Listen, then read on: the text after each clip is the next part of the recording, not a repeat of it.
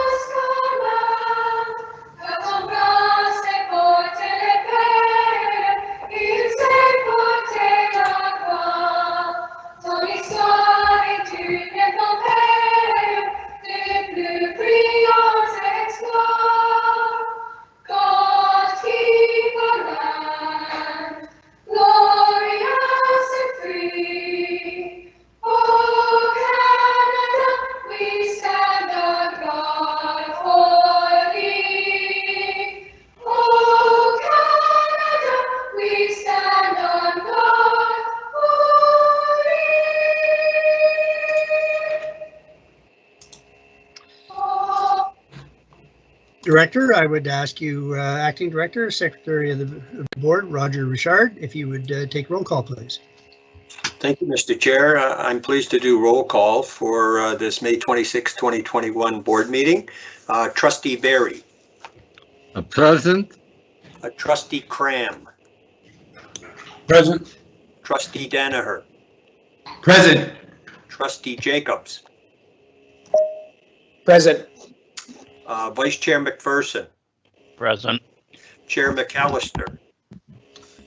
Present. Trustee McCray. Present.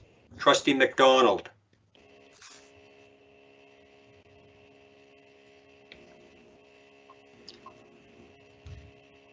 Trustee McDonald. Okay. Trustee Petisien.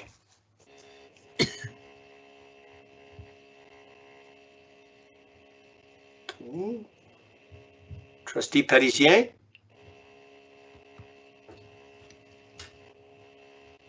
Trustee Perisien has advised me that she will be joining shortly. Okay, thank you. Trustee Schooler. Present. Trustee Swan.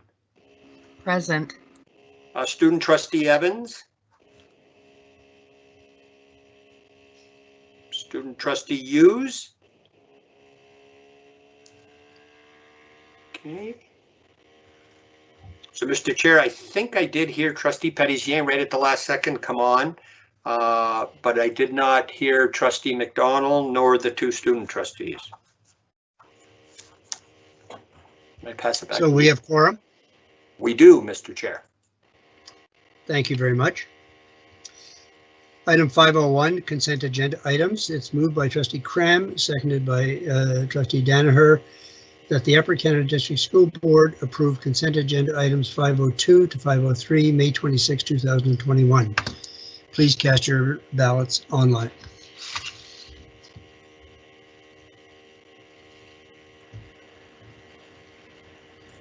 I'm in favor.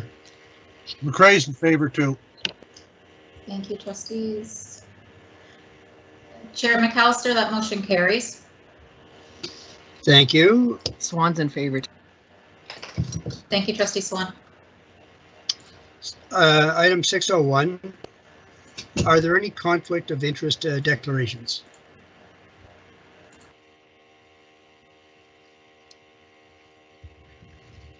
Hearing none, I'm going to move to 801, which is comments from the Acting Secretary of the Board, Mr. Bouchard.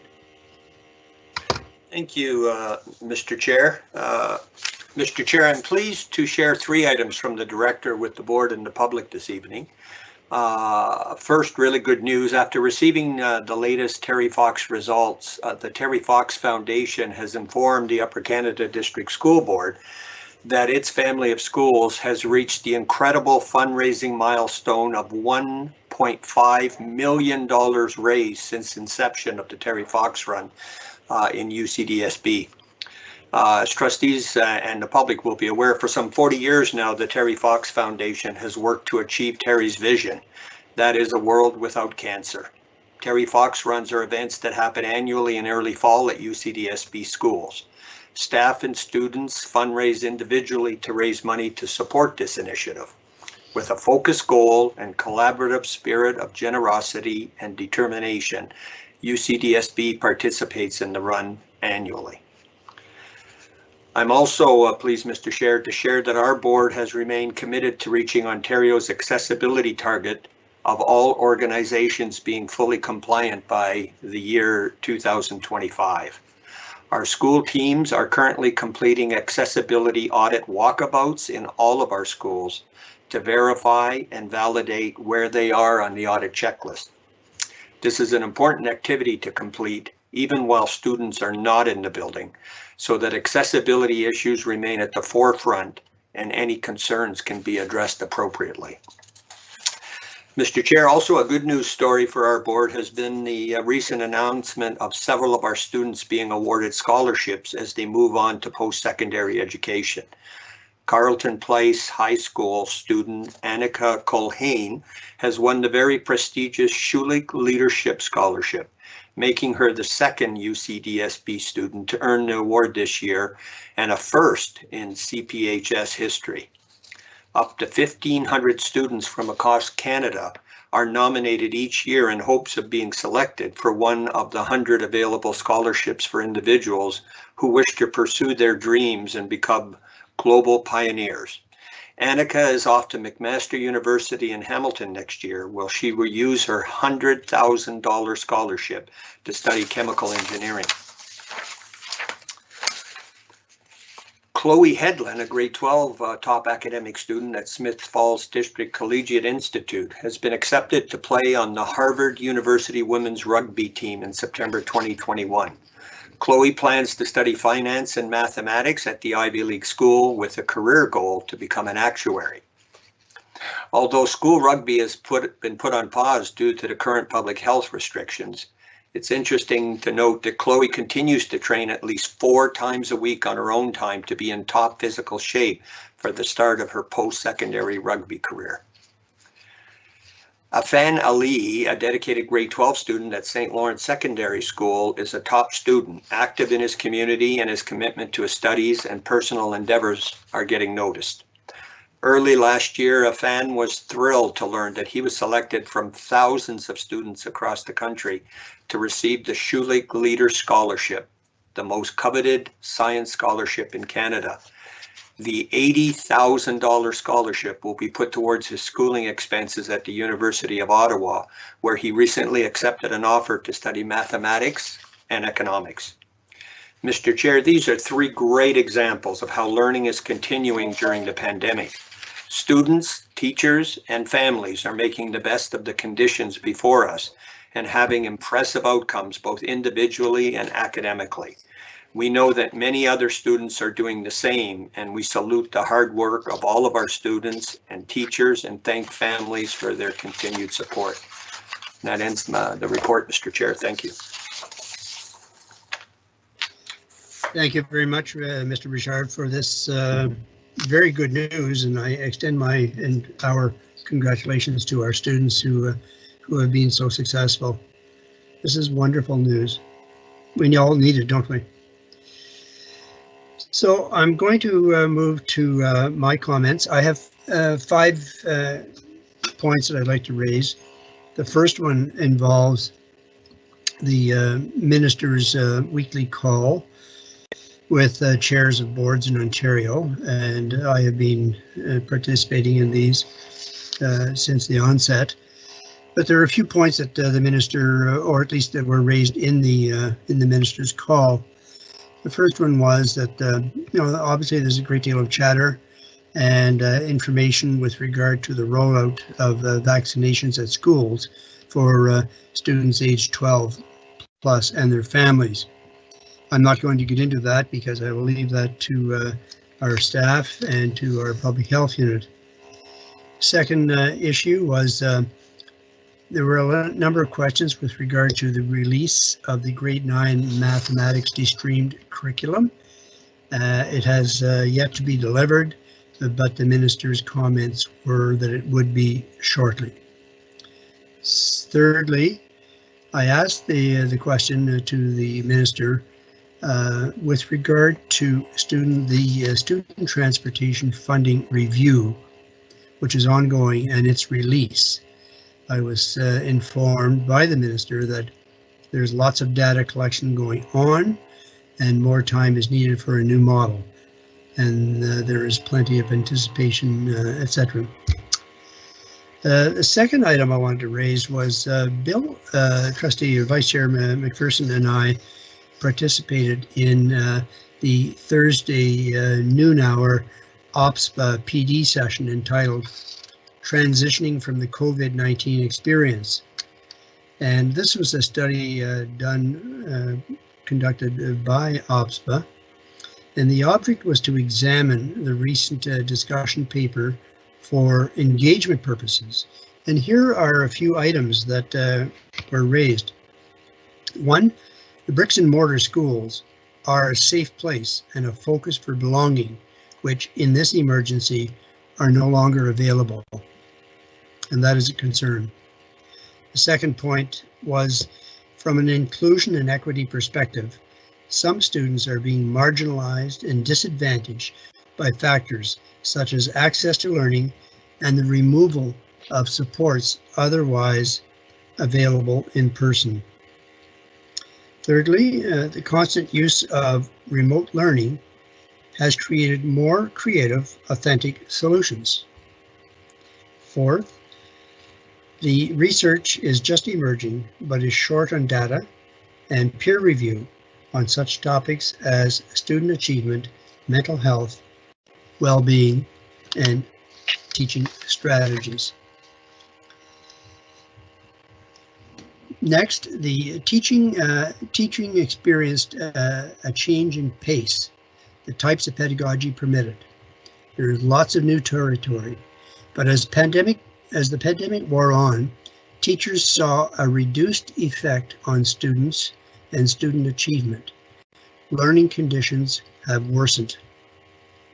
And sixth, the question is, what do we do with what we know? So that is an ongoing discussion and engagement by our Ontario Public School Board Association. The next item that I wanted to chat with you about was Director Sleepwalk and I made two presentations, one to the Stormont, Dundas, and Glengarry United Counties on Monday, I believe it was, and Leeds Grenville on Wednesday. And we received solid support in terms of the motions and letters of support with regard to the permanent online option. I really want to thank Wardens Haley and Prevost for their support and interest. There may be a third presentation to the Lanark County Council, and I also want to highlight the advocacy of Mayor Robin Jones, the Mayor of Westport, who also is the president of Roma, and in that capacity, she has been able to support us tremendously with her colleagues at AMO and various other associations. So I'm really pleased about that. I also want to tell you that with regard to the Gig Up, Gig Down project from Eastern Ontario Regional Network, the Leeds Grenville Council was especially appreciative of the 22 letters that we sent in support of this, of their project and our project too. And finally, speaking of remote learning, I know that the question on everyone's mind is, when will schools be permitted to reopen? The minister repeatedly says shortly, but the Chief Medical Officer of Health, Dr. Williams, is advocating an immediate reopening of schools for various reasons. And I think I'm sure, trustees, you may have received certain emails from parents as well, but I have one here that I received today from a parent. And I'm going to quote the whole thing really, because it's really, I think it's typical of what you are hearing and what we are advocating. Quote, I saw the article the other day about the online learning for September. I am 100% in agreement with you in that children need to be back at school doing in-person learning. Is there anything you can suggest parents can do to let our voices be heard? The virtual learning does not work for everyone, and I know because neither of my children are doing well. My husband and I are both going to work every day. My mom is helping out a few days a week, and I'm booking time off to work the other days.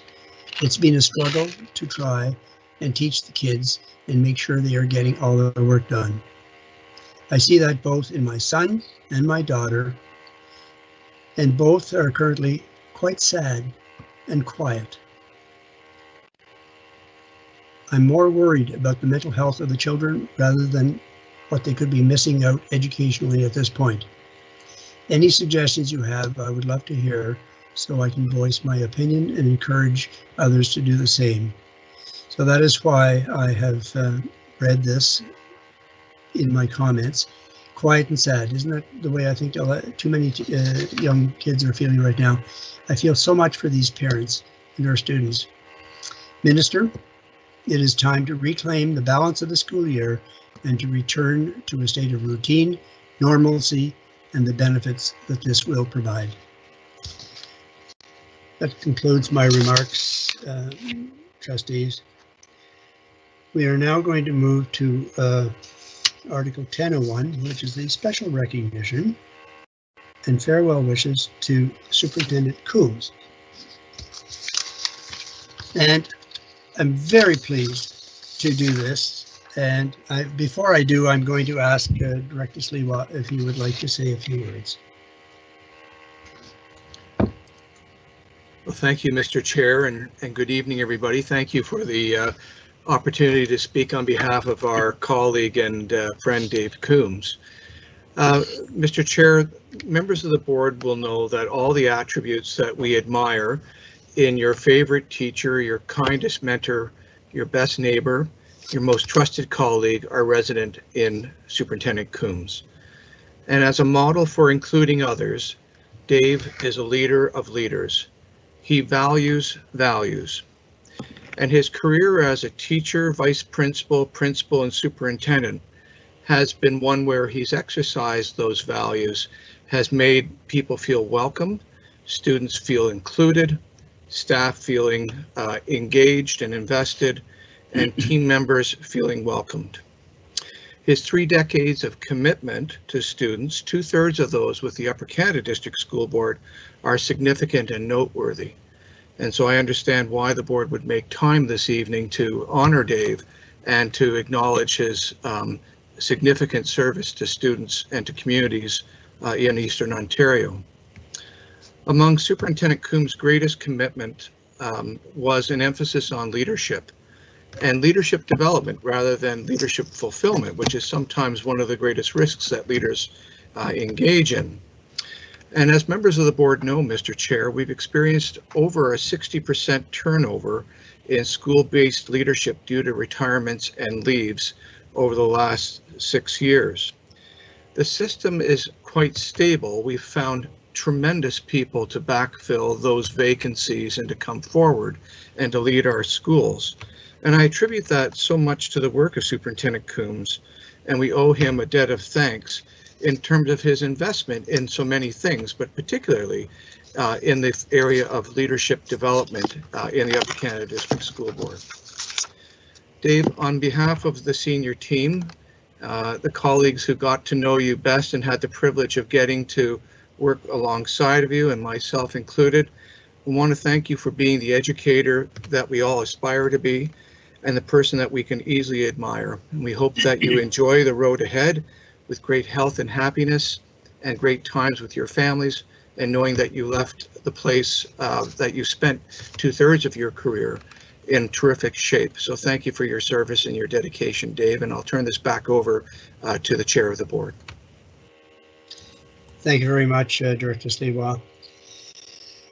Before I say a few words, trustees, I will be asking you if any of you want to weigh in with a few comments. But ladies and gentlemen, this is a special evening in that it is Superintendent Combs' final meeting as our superintendent.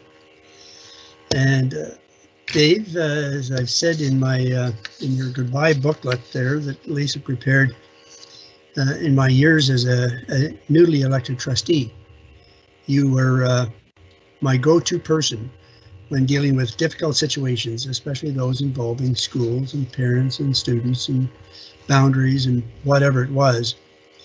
You always dealt with them compassionately, reasonably, and gracefully.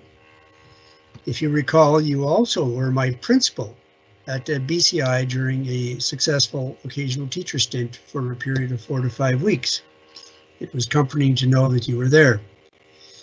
Dave, we at the Upper Canada District School Board will miss you, but I wish you joy, satisfaction, good health, and a continuing sense of care and contribution in retirement.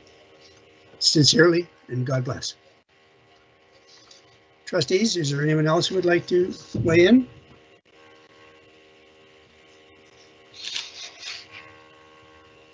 Trustee Swan would, please. Go ahead, Trustee Swan. I just want to thank you for all your guidance and direction. Dave, over the years, as a new trustee, you showed me the ropes. You helped keep calm when sometimes things weren't calm with school closures, and you were a great leader and an inspiration to me as well. And your wealth of knowledge will be dearly missed. But at least I gained something from it, and I hope it makes me a bit kinder the way you treated people with dignity and respect, and you'll truly be missed in North Grenville and area. Thank you, Trustee Swan. Is there anyone else? Dave, we wish you well, and thank you for your years of service as a leader in this board, and as a mentor, and as a parent, and as a community member. So thank you so much. Thank you, Mr. Chair. I really appreciate it. Thanks to everybody. Is that all you're going to say, Trustee Combs, or Superintendent Combs? I'll be very brief, Mr. Chair. It's been a singular privilege to serve this board. It has been a tremendous 22 years since I first came to Upper Canada as the Vice Principal of North Grenville. I've had the very good fortune of working with outstanding staff members, outstanding students, tremendous colleagues on the senior team, and tremendous trustees. And I say that not every senior team has the good relationships and positive support of their trustees, and I have felt that through my 13 years on the senior team, and so appreciate the opportunity to serve in this capacity. So thank you so much, and I wish you all very well. Thank you ever so much, and we wish you the best. Folks, we're going to move on to Article 1201, which is a report of the Policy Committee. And I'm going to turn this over to Trustee Cram. And Trustee Cram, I'm going to ask you, I don't have the mover and seconder with me at the moment. Yes, I do. I do. So thank you. So I turn this over to you, Trustee Cram. Thank you, Chair. I'm just going to give a moment here and see if I can share my screen. Can people see that now? Not yet.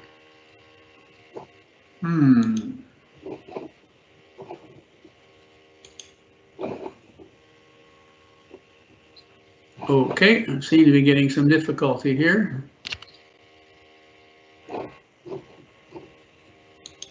Lisa, can you have Derek do a backup? For some reason, this doesn't seem to be. Yes, Trustee Cram, Derek will get that ready for you momentarily. Thank you.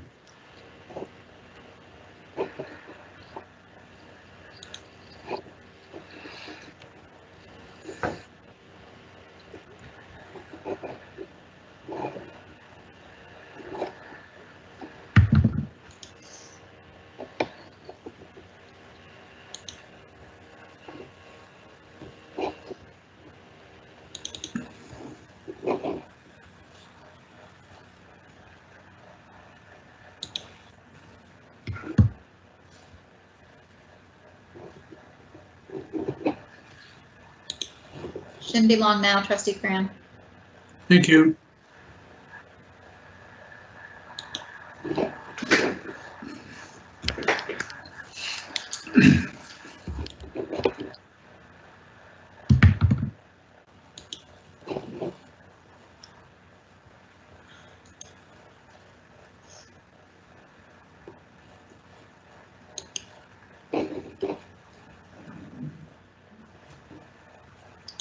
Trustee Cram, your slideshow is now alive. Thank you. I'll have to get back to where I need to go here then. Thank you. Okay, as you can see that the policy committee is going to make a report tonight.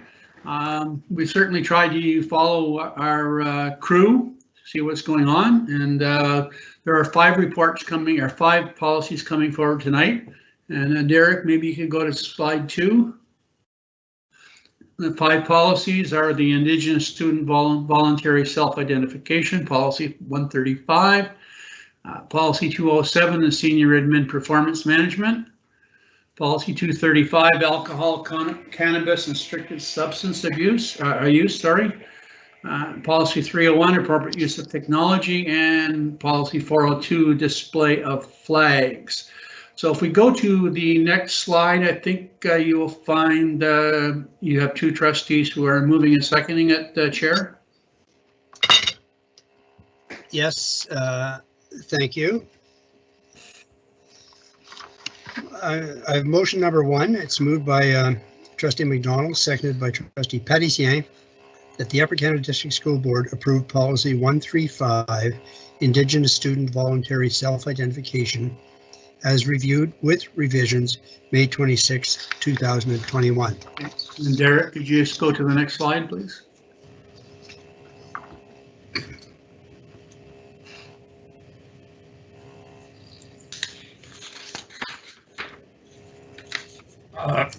If it's okay, Mr. Chair, I'll speak to this policy.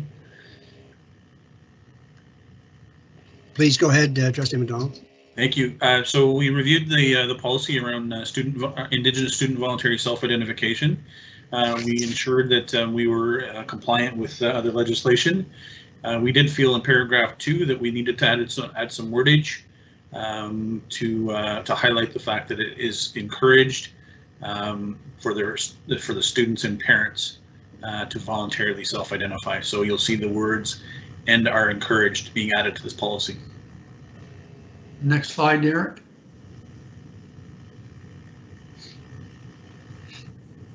And happy to answer any questions if there are any. Trustees, do you have any questions?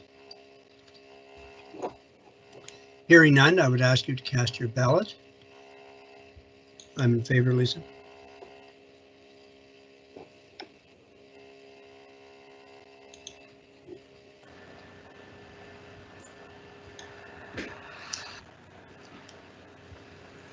Chair McAllister, that motion carries.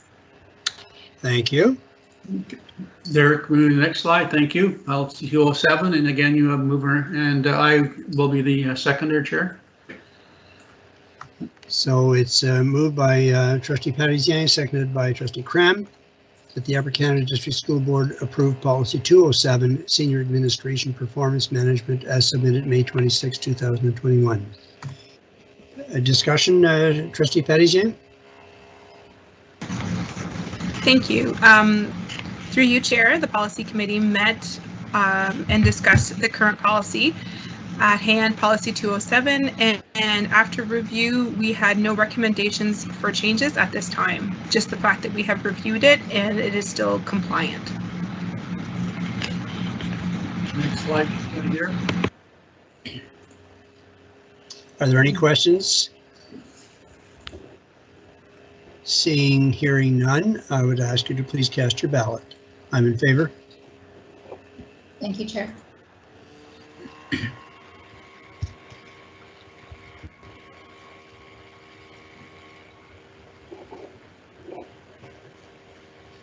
Chair McAllister, that motion carries. Thank you. Next slide, Derek.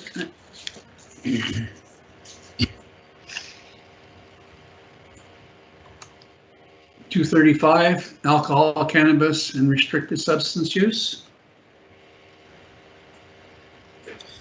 I have a motion moved by David McDonald, seconded by Trustee Karina Parizien, that the Upper Canada District School Board approve Policy 235, alcohol and cannabis and restricted substance use, as submitted with revisions, May 26, 2021. Trustee McDonald? Thank you, Mr. Chair. Just on this policy, again, extensive review to ensure we are in compliance with other legislation. We did find that we needed to add some cross-reference legislation. Policy rather than the legislation. We've cross-referenced our policy 441, which is a smoke-free environment, just to make sure that we're including all the cross-references that would have a little bit of an overlap. There are no other changes to this policy, Mr. Chair? Yeah, one more, David. I think it's on page 2 of those. That's why we're missing it. If you could, next slide, Derek. Oh, sorry. You're right. The last bullet point, we did add the word supervisor in that paragraph. Thank you. Next Are slide. there any questions or comments? Hearing none, I would ask you to please cast your ballots. I'm in favor. Lacey? Thank you, Chair.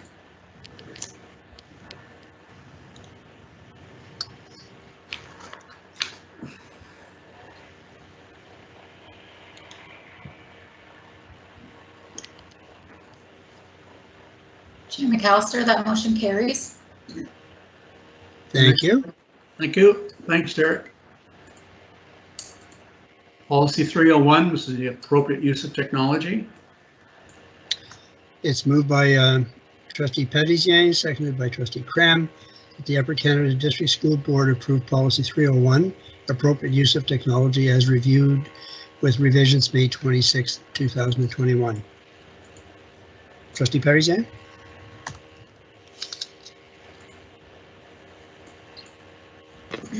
We're only as fast as we can click on the unmute buttons. Thank you. Through you, Chair.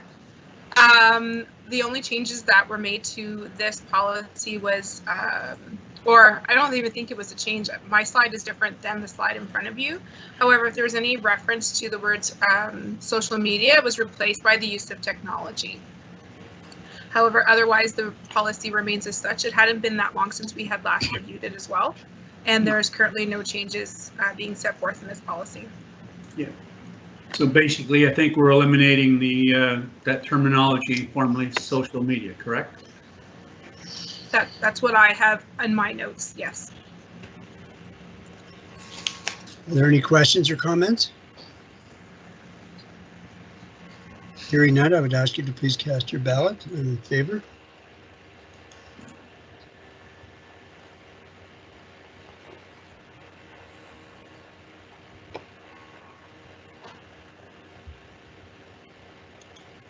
Chair McAllister, that motion carries. Thank you. Motion number 5.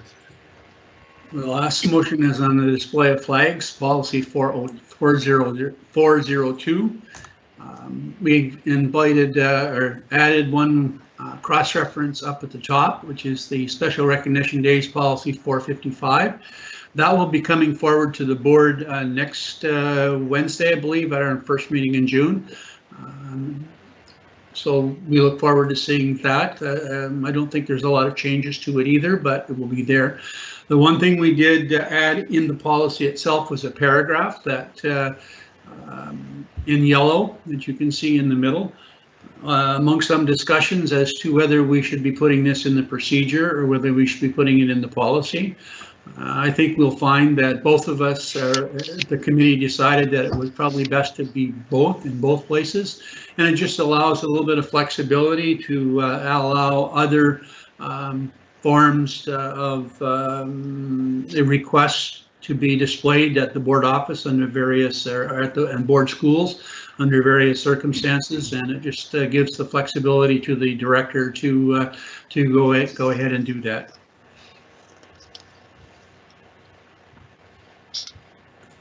Thank you very much. Are there any questions or comments, please? Hearing none, would you please cast your ballots? Excuse me, Mr. Chair, who was the mover and seconder for that policy, please? It was moved by Trustee Cram, seconded by Thank you. Trustee McDonald, that the Thank Upper you. Canada District School Board approved policy 402, display of flags as reviewed May 26, 2021. Please cast your ballots.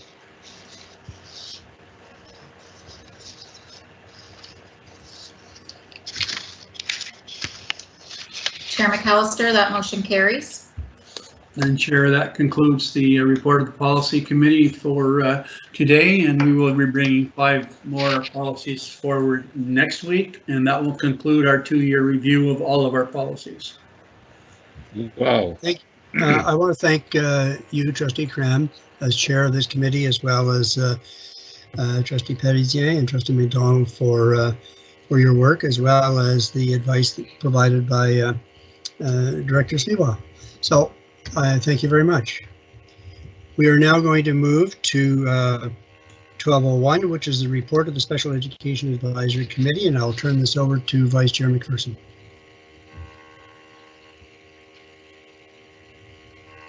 Thank you. Takes me a few seconds to grab that mute button. Anyways, the Spec Ed Committee, SEAC, met on Tuesday, May 4th via Microsoft Teams. Again, we're getting pretty good at doing this remotely. We had a fairly aggressive agenda. Superintendent Perry gave us a report on our current remote learning program. Largely due to the fact that the school's been ordered closed following the March break, or April break, which was supposed to be March break. The only ones that are actually going to school are students with very profound special needs. And I think, yes, there's 97 students attending within 33 schools. It gives you the criteria in the report for their eligibility. And good news is that all educational assistants and teachers in current special education assignment were given a letter for purposes of getting their COVID-19 vaccination. Moved on to the superintendent's report and talked about the planning phases for staffing in the next school year. And we spoke on our mental health awareness and some of the things that we're doing to make it a priority in the classrooms. And there's been a fair amount of interest in professional development in the science of reading. They're now doing IPRC meetings. They will be doing remotely during the stay-at-home order / school closures. And 1,203 Lexia licenses were allocated to elementary schools. So that's basically my report, and I shall turn it back to Chair McAllister. Are there any questions of the Vice Chair, please? Hearing none. Thank you very much, Vice Chair, and thank the members of your CR committee for their work. Thank you. We will now proceed to 1301, which is the Board Action Plan for Indigenous Education and Spring Update. And I will turn this over to, I believe, is there an introduction by you, Designate Director Val Allen, or not? Or am I going directly to Bill? Directly to Superintendent Loshaw, Mr. Chair. All right. Superintendent Loshaw, you have the floor. Well, thank you very much and good evening, everyone. And through you, Mr. Chair, we are pleased to provide trustees with a spring update on our board action plan for Indigenous education. And to begin, we would like to start by sharing a land acknowledgement created by Brooke Renault. And Brooke is our iLead Student Senate representative. The Upper Canada District School Board is on traditional Anishinaabe and Haudenosaunee land. With the highest respect and gratitude, we acknowledge and thank the Mohawk and Algonquin peoples, as well as all the other Indigenous peoples who now reside here, who have and keep the land around us pure and full of love. This land will continue to teach us to love and respect every little thing around us, from the people to the squirrels, to the bugs, to the trees and plants that feed us, and we will continue the strong tradition for a long time to come. So again, that was from Brooke Renault, who is our iLead Student Senate representative. So as mentioned, we're looking forward to sharing, next slide please, Derek. Looking forward to sharing with you some updates since our last board presentation, and tonight we will highlight a number of initiatives in 4 key areas of our BAPI, and those 4 areas are supporting students, supporting educators, engagement and awareness building, and using data to support student achievement. And joining us tonight to present are Gail Brandt-Terry, Principal of Indigenous Education, Bill Montgomery, Learning Partner for Indigenous Education, as well as Patricia Sutherland, our Learning Commons Manager.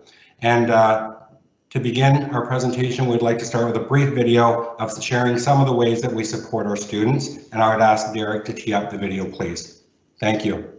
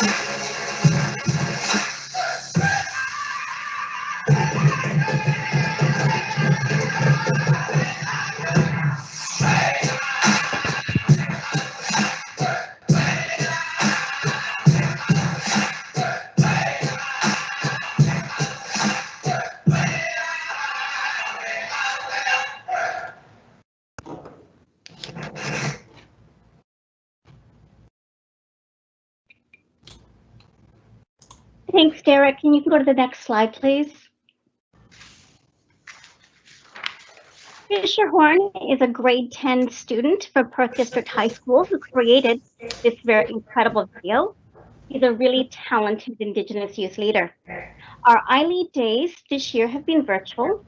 3 of our 5 iLead presenters this year are members of the Upper Canada District School Board Directors Indigenous Advisory Circle. Feedback from all of our students guide our planning. And we are really excited to share that 13 students have completed the IDC credit this school year. Next slide, please.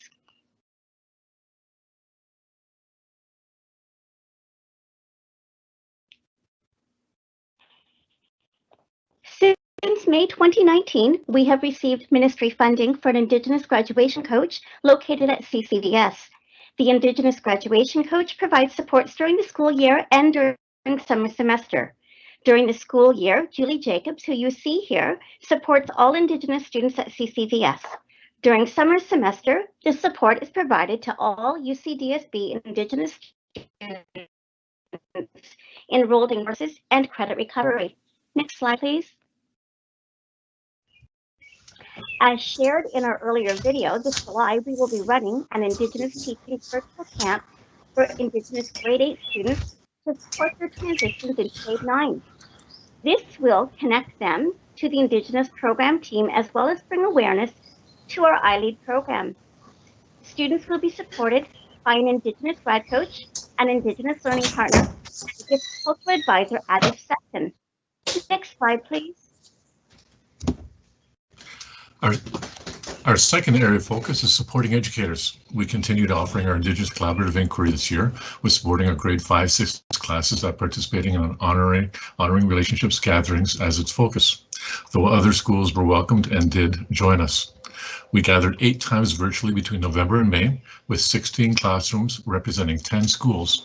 This included a grade 6 class from Akwesasne Mohawk School. Next slide, please, Derek. We began with student wonderings and offered 40+ environmental topics, often reflected in the media, for our classes to focus on, or choose one of their own for their inquiry question. Our team selected one ourselves to model throughout the inquiry process. Next slide, please. We showcased authentic resources within our VLC. We demonstrated the importance and value of including a cultural advisor by including Diane Sador McCoy, Mohawk from Tyendinaga, while both Gail and I supported with our own teachings. We accentuated community and that we each have our own gifts to offer to support one another. Teachers also came to understand this as they discovered they have an entire team to draw support from. We shared the power of talking circles and storytelling and emphasized that all voices matter. We greeted and thanked everyone in the native tongue of many of our participants. We hope students and teachers will realize that a simple linguistic acknowledgement such as this can be as powerful for many as an actual land acknowledgement. Next slide, please. As you can see, we've enjoyed tremendous feedback from our students. Next slide, please. As well, you can see teachers' confidence and engagement in Indigenous education has grown from uncertain red to confident blue. Next slide, please, sir. Even with the challenges of working virtually, we continue to see increased uptake in including cultural advisors in our students' daily learning, with 61% of our elementary schools and 75% of our secondary schools accessing at least one cultural advisor. Feedback from our educators provide evidence of growth in understanding of Indigenous knowledge, engagement of both staff and students, and the significance of culturally responsive pedagogy. Next slide, please. Our third area of focus is engagement and awareness building, and the next few slides will highlight the culminating event of the year-long Honoring Relationships Respecting Mother Earth initiative with our designated TRC schools. The TRC 5+ schools end-of-year gathering was held virtually this year and hosted as a private site on the virtual learning commons. This allowed classes to celebrate the work they had done throughout the year and continue the rich learning over the 4 days of the gathering. The site included presentations by cultural advisors sharing their teachings on respecting Mother Earth, and to support active and interactive learning for students, question prompts and a teacher resource guide was provided to accompany the presentations. Students were also invited to submit any additional questions they had for the live panel event. Next slide, please. One highlight of the gathering was the demonstrations of student learning that were showcased on the gathering gallery site. In starting their planning, teachers from across all grades at the TRC 5+ schools were encouraged to seek the support of one of our vetted cultural advisors and to work with them throughout the year in advising on and presenting authentic teachings to students. Teachers were able to document this learning, and this documentation, along with finished student projects, was uploaded to the website in a gallery format. Next slide, please. The live panel closing was an inspirational, interactive, and fitting closing to a year of rich teacher and student learning and engagement. The numbers indicate that our classes were engaged in the learning until the end. The virtual gathering site was visited 1,425 times. The gallery site received 265 visits, and there were 359 attendees for the final live panel event. We were very encouraged by these numbers, especially when we consider that one site visit could represent a classroom full of virtual students. While we know our students miss the excitement of an in-person gathering, the virtual gathering site on the VLC will now serve as an archive of the event, a reference site for our 2021-22 schools, an accessible gallery of student projects, and will provide access to additional authentic resources for future use in all of our classes and schools. Next slide, please. Upcoming, we are excited about our Akwesasne awareness videos that are in the final edits. These videos have been created in partnership with Galente's Research and Management, Akwesasne Television, and Debbie Terrence from our Director's Indigenous Advisory Circle, as well as students from CCVS and Akwesasne Foundations. These will be available on our Virtual Learning Commons ready to be showcased during the week leading up to National Indigenous Day. It will also be aired on Akwesasne Television. Next slide, please. Our fourth area of focus is using data to support achievement. Currently, we have 811 self-identified students across Upper Canada. Next slide, please. The tables here represent the total number of credits that self-identified Indigenous students attempted and achieved in 2018, 2019, 2019, 2020, and quadrimesters 1, 2, and 3 this year. We know that a number of our students have chosen to learn virtually for a variety of reasons, and these results are in line with students from across our board. The significant role that relationships and connections to peer, staff, and school plays in student success will continue to drive our work. This also highlights for us how important it is to provide that safe space with in-person learning at our school to nurture student success. Next slide, please. Continuing with our upcoming cross-portfolio initiatives, we will be continuing to make connections with Indigenous perspectives, including supporting social emotional learning in mathematics, experiential and outdoor learning, system literacy days, and our Indigenous collaborative inquiry. Next slide, please. So we hope the trustees have gained a sense of how we've remained committed to nurturing and honoring our circles of support with our students, always being at the center of what we do.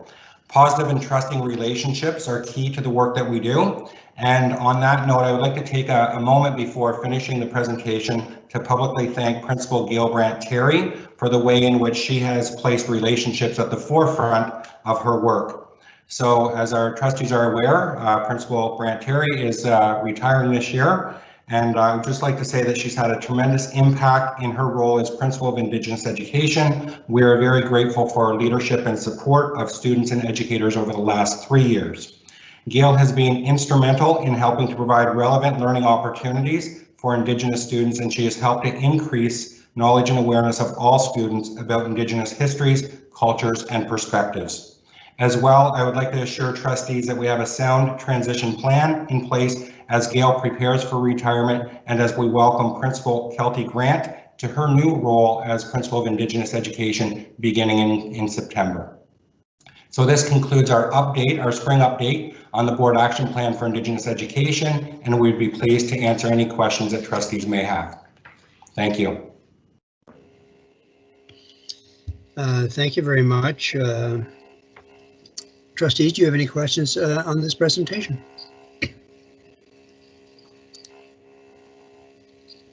Question. Go ahead, Trustee Jacobs. Yeah, excellent. I like the information, and I get amazed every time that as we're going along in the TRC +5, the information and how everything's collected. One of the questions I do have is I'd like you to comment on finding presenters, including people from the different cultures, just like how that's going, how you find you're able to, are people coming out and making themselves known? just a little comment on that, please. Through you, Chair, Gail, and I'll speak to that, and Bill Montgomery might want to add some as well. We currently have a vetted list of presenters from across a variety of affiliations, and we find more and more we have different schools that will bring forward people that they would like to include within our list as well. It is incredible the number of people out there that are so willing to share their knowledge, and we so appreciate the fact that we've been able to bring so many on board in a virtual manner this year as well. Bill Montgomery, I'm wondering, did you want to share anything further about our list of advisors? Thank you. Through you, Chair. Thank you, Mr. Jacobs. Yes, the TRC event itself has been we have that base of presenters that we've had since, well, prior to 10 years since I've been with the board, that Mr. Mitchell had originally we originally called it celebrations. So that particularly gatherings at the end of the year, there are 5 presenters that we've developed a relationship and that we've maintained and we can trust each year. Last year was a little bit different because it was the first time that we did it virtually, so we had other presenters at that point, but generally we try to stick to those 5. But as far as presenters in general, as Ms. Branteri said, we certainly do expand all the time, and we do take the time to vet them. We have had presenters that have wonderful information and gifts to share, but being in the classroom setting might prove a little bit different, so we ensure that we have an opportunity to sit down and listen to them before they present to our students. Excellent, thank you. Trustee Parizan, you have a question or a comment? Through you, Chair, I have a comment, not necessarily a question. I just really wanted to highlight the work that Principal Gail Branteri has done. I have had the fortunate opportunity to meet her several times on different occasions, and I am just in awe of her knowledge, of her experience, and everything that she has brought forth to our board, and that she shares it all with us. And Gail, thank you for everything you have done. You're always there to lift the staff up. You have highlighted staff for the Trustee Innovation Awards, and thank you for bringing us further into the knowledge of Indigenous culture, and I wish you very well on your retirement. Thank you very much. Trustee Cram, you have a question? Thank you, Chair. Before I ask my question, just a comment again on to Gail. Wish you all the best, Gail. We go back to when you were principal at Naismith, and I think TR conference was the first was being held at Naismith School from the TRC conference. So I thank you for all the work you put into that, and I wish you all the best. My question goes back to the statistics we've got where there's 811 students, I think you said was part of the program where we're being tracked. Do we have Indigenous students in our board who are not self-identified? And if we do we have stats on that, or are they kept separately?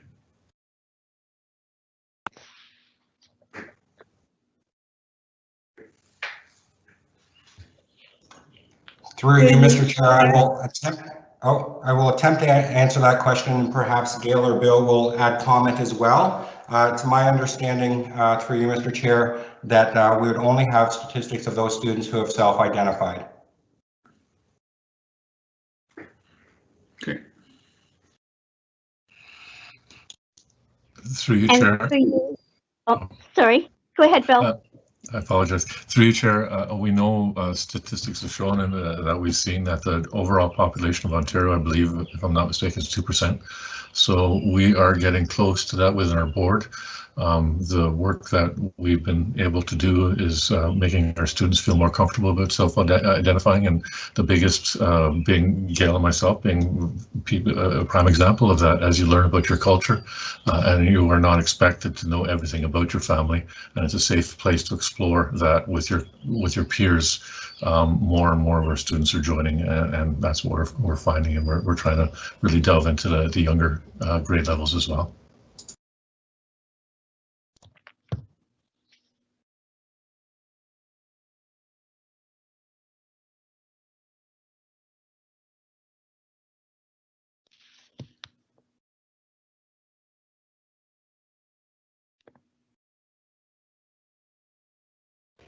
I want to thank Superintendent Loshaw, Ms. Brant Terry, Mr. Montgomery, and Ms. Sutherland for their presentation this evening.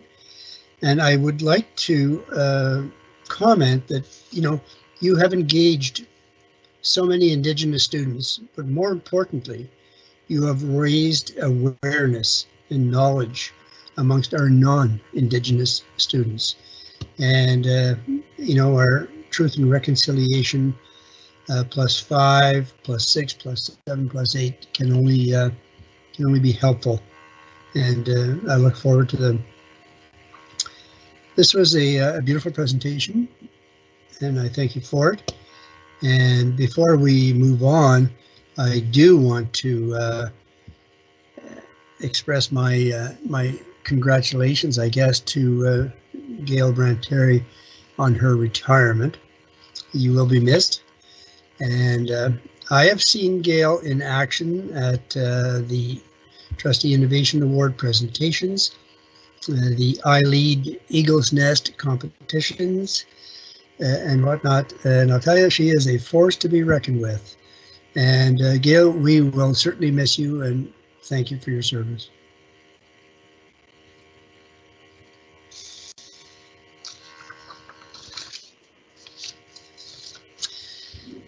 Trustees, we are going to move to 1302, which is the updates, number 9, Upper Canada District School Board Operations Management Priorities and Practices. And I will turn this over to Acting Secretary Mr. Richard, who will be ably assisted by Superintendent McNair and Superintendent Rudders.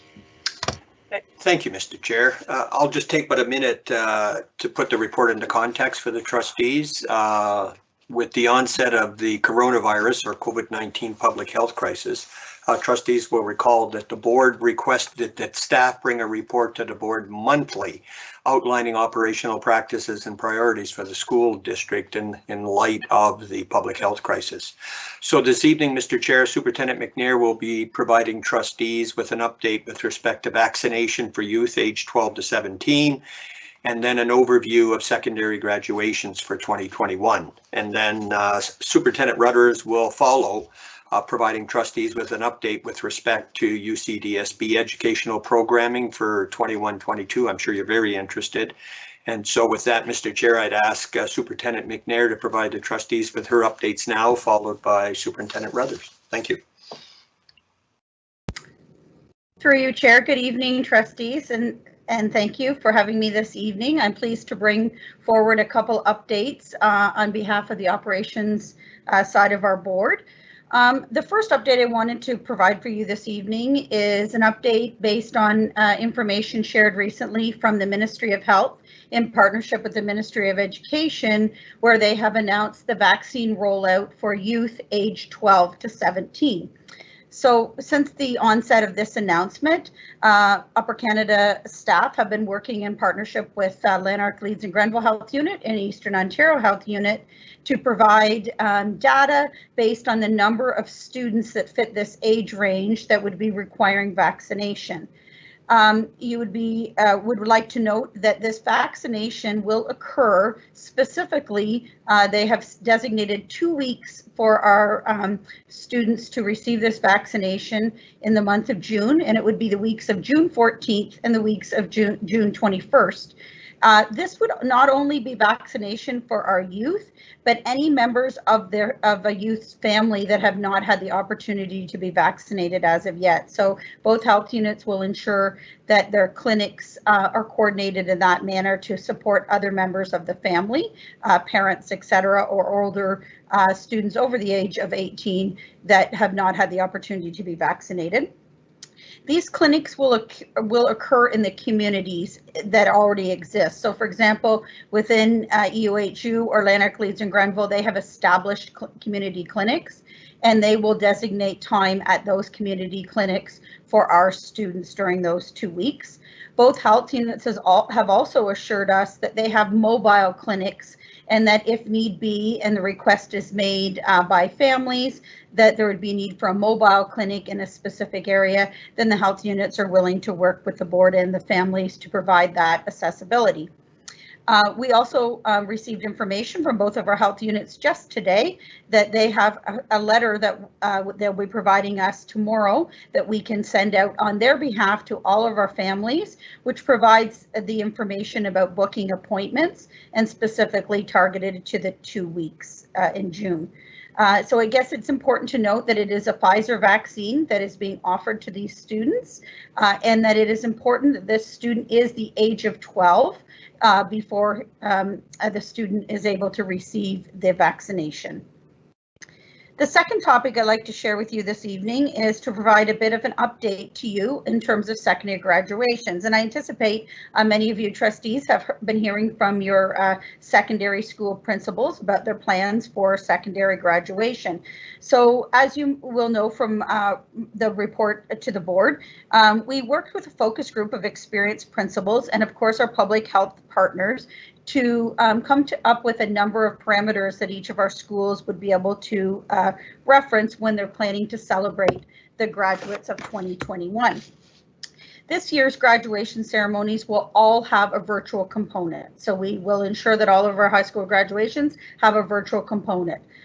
Through conversations with grad committees, schools will decide the type of virtual component. So whether it be a Teams meeting, a Facebook Live, a pre-recorded, they will be coordinating that, and will my guess would be well on their way in that at this point.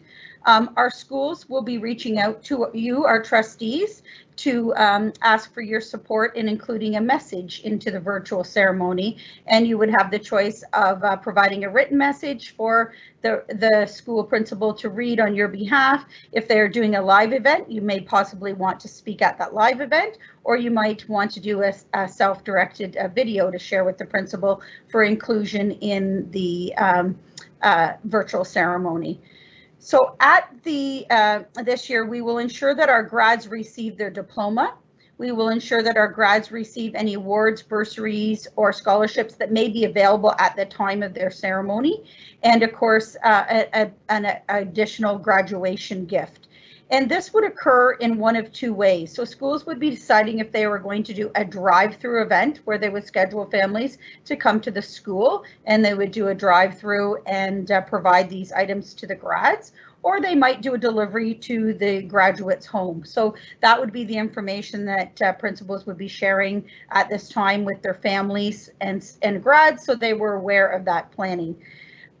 The optional piece, and of course what we're waiting to hear, is if we return to in-person learning, then our schools will have the opportunity, if they would like, to include a piece to the virtual ceremony where a graduate has the opportunity to walk across his or her stage wearing their cap and gown, and having a photo that then they could include into that virtual ceremony to celebrate their success. So that would be something, if we are able to proceed with that addition to the virtual ceremony, we will work a little bit closer with public health and make sure we have all the parameters in place and communicate back to our secondary school principals so they have all those guidelines and they can adhere to those when adding that piece to their ceremony if we are allowed to, and if they choose. It will be important that we ensure that all public health measures are followed. If we do include this, particularly the daily screening, the mask wearing at all times, students remaining in their cohort, physical distancing, and of course proper hand hygiene. And I'd like to also important to note right now that our elementary schools are in the process of organizing their grade 6 leaving ceremony for their students, or a grade 8 graduation ceremony, which would adhere to some of these same parameters that I've just addressed in terms of grade 12. Not all of them, but some of them, of course. And I know our principals have been communicating out to their families that they are in the works of coming up with their planning, and they will further communicate by June 7th with what the details are of this particular event at their school, whether it be grade 6 leaving or grade 8 graduation. And of course, we have asked our principals to ensure their local trustee is aware of this celebration event as well. So at this time, I think that would be the topics, the two topics I would share with you, Chair and Board of Trustees, and I would be happy to take questions on either of these two topics now if you wish, or I can wait until after my colleague Superintendent Rudders presents. Are there any questions on this topic at this time? Hearing none, then I will proceed with the next presentation. Thank you. Thank you.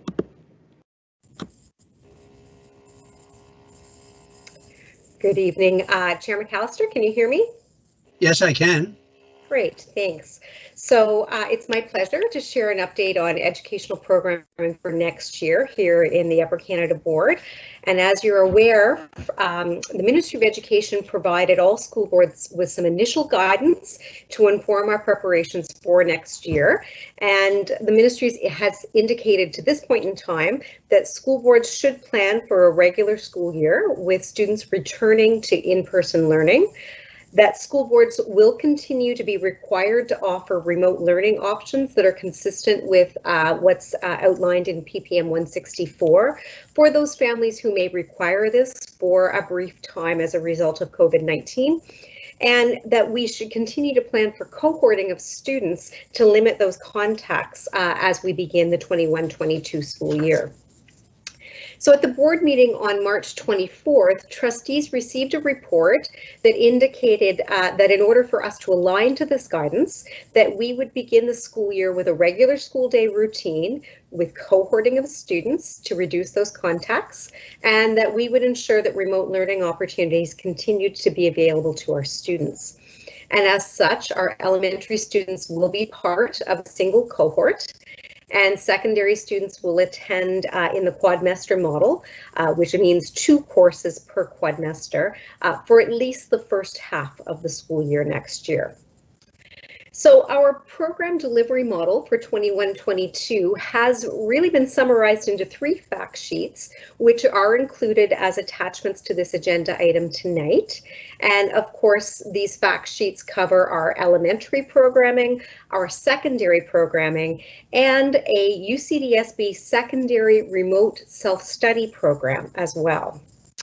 And while I won't review each of these fact sheets separately in this presentation, upon your review, you will have noticed that the elementary and the secondary programs are really closely aligned in that both models, the students attend in person with cohorting in place. And in addition, both the elementary and the secondary models, the emergency remote learning is available and attached to the regular classroom in one of 2 ways. And it's either attached synchronously, where the students join the class from home for instruction for a portion of the day, or asynchronously, where the student completes work independently online from home and then submits their assignments to their teacher upon completion in a digital format. Non-digital remote learning, which is the pen and paper packages, will be unavailable for the 21-22 school year outside of very exceptional circumstances. So our UCDSB secondary remote self-study program provides a fully independent online learning option to what we anticipate will be a small number of students who need to or perhaps prefer to learn from home on a long-term basis. The remote self-study program will fall under the umbrella of TR Léger School for Adult Alternative Continuing Education and e-learning, and students selecting this program will be directly enrolled to TR Léger in late August. A pre-registration process will be made available early in June to students who are currently in our secondary virtual program. And then, of course, we will be doing a confirmation of enrollment in the first week of August for those students who pre-register in June. And similar to this year, the self-study program will offer compulsory subjects and a selection of elective courses that are conducive to an online learning experience. The compulsory grade 9 French course will be offered, and any other French language courses will be accessible via our continuing education or summer semester programs. We recognize that our students and families will be reflecting on the next school year, and we're providing not only the information about the actual program options, but we also want to provide our perspective to help guide decision making. And we also really want to share our optimism for a more normal school experience in 21-22. So to be clear, we expect that almost all Upper Canada students will return to in-person learning at the start of the 21-22 school year.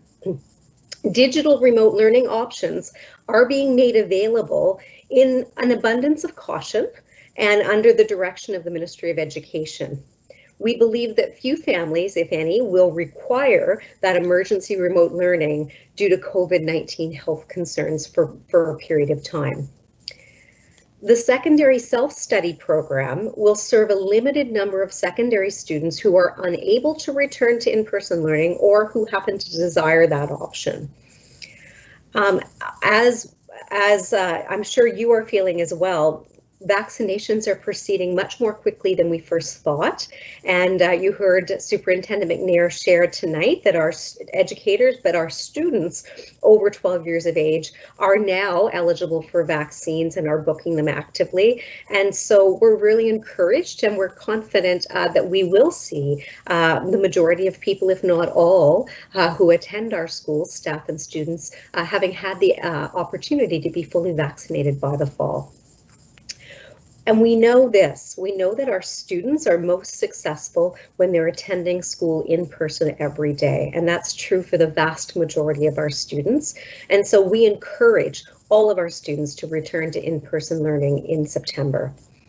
And of course, we'll continue to work closely with our local public health units and with the Ministry of Education to prepare for and to deliver a safe return to in-person learning in the fall of 2021.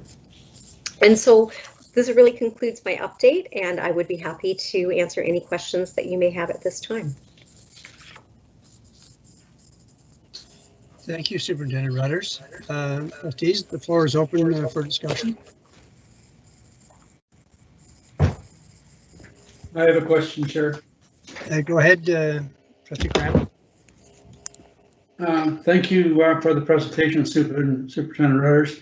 Just a question, is vaccination going to be a requirement to return to school in September for teachers and students? Through you, Chair, that certainly has not come through, to my knowledge, from the Ministry of Education or our local public health authorities as a requirement. But I think the opportunity for vaccination certainly seems to be, front and center. And we would certainly encourage everybody who is comfortable to proceed with vaccinations to do so.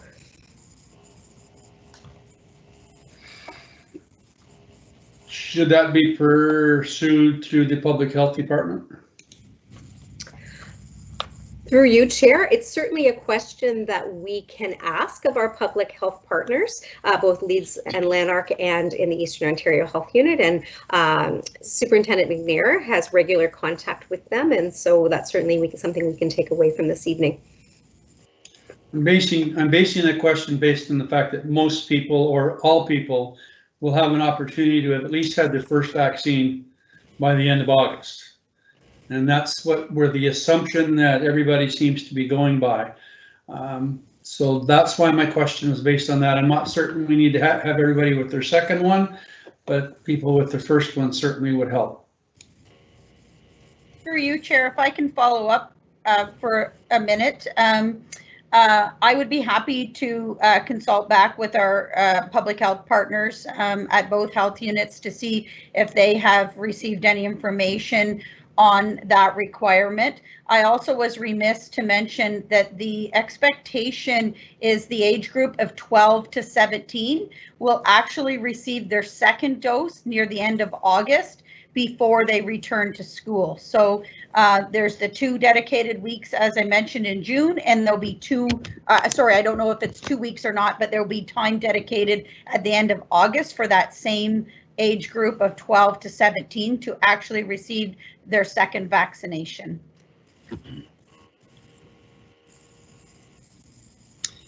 Superintendent McNair, I have a question for you with regard to the pop-up clinics at schools for the 12 to 17-year-olds. Is it not true that they are invited to bring their families as well? Through you, Chair, yes, it is. It's not a pop-up clinic at the schools. They will occur in the community. They will just have the mobile units if there is a specific area that they deem that it makes sense to come to us, or if there are certain requirements. So for example, when I provided numbers to both health units of the number of children between the ages of 12 to 17, they also asked me to provide a little bit more specifics if we had students with some special education needs that may be, presently working in person in our school as per the criteria that the ministry has set, if we what the numbers of those students were in case there might be a need for the mobile unit to go to a specific area. But the clinics are completely done through the community for that age group. They're not done at the schools. Okay, thank you. You're welcome. Are there any I have further a question? questions? Go ahead, Trustee Swan. In your discussions with the health units in our community, have we had assurances that they will have the vaccines during the weeks of June 12th forward for our students and for our residents? Because I know when it opened for 12 to 17 on Sunday, I'm hearing a lot from my community. Many people, including myself, had to book either in Ottawa or Cornwall, and there were no local booking locations available. So when is this coming out? Has this, and I know this is the health unit, but has any of this information been shared with the board from the health unit, or assurances that we'll have enough? Through you, Chair. Yes, both health units, again, when I provided the numbers, that was so they could ensure they had the available vaccine during those 2 weeks. So you're quite correct, Trustee Swan. It is opened up right now for people to register if they're looking basically to go through the provincial booking tool and go on the list that is outside that 2-week window. So that's probably why. I mean, I can't guarantee, but that's probably why you see booking that is, it's still open to every age category at that point, what you'd be booking right now, but there is going to be specific booking appointments dedicated to those 2 weeks. And my understanding is the letter that we will be sending out tomorrow will have a bit more specifics on that for our families. And then I anticipate there will be still additional information to come. When it was first announced from the ministry, it indicated that we would be hearing about this on May 31st. And then surprisingly last Friday, the ministry announced that it was a kind of, it had adjusted the dates and it was upping some of the release to this week. So in essence, I was in contact with both health unit partners just today, and they're still planning their exact same process to happen on June 14th. The information seems to have came forward to through the media and again to communities a little bit quicker than originally anticipated, which was going to be a release of May 31st. Thank you. You're welcome.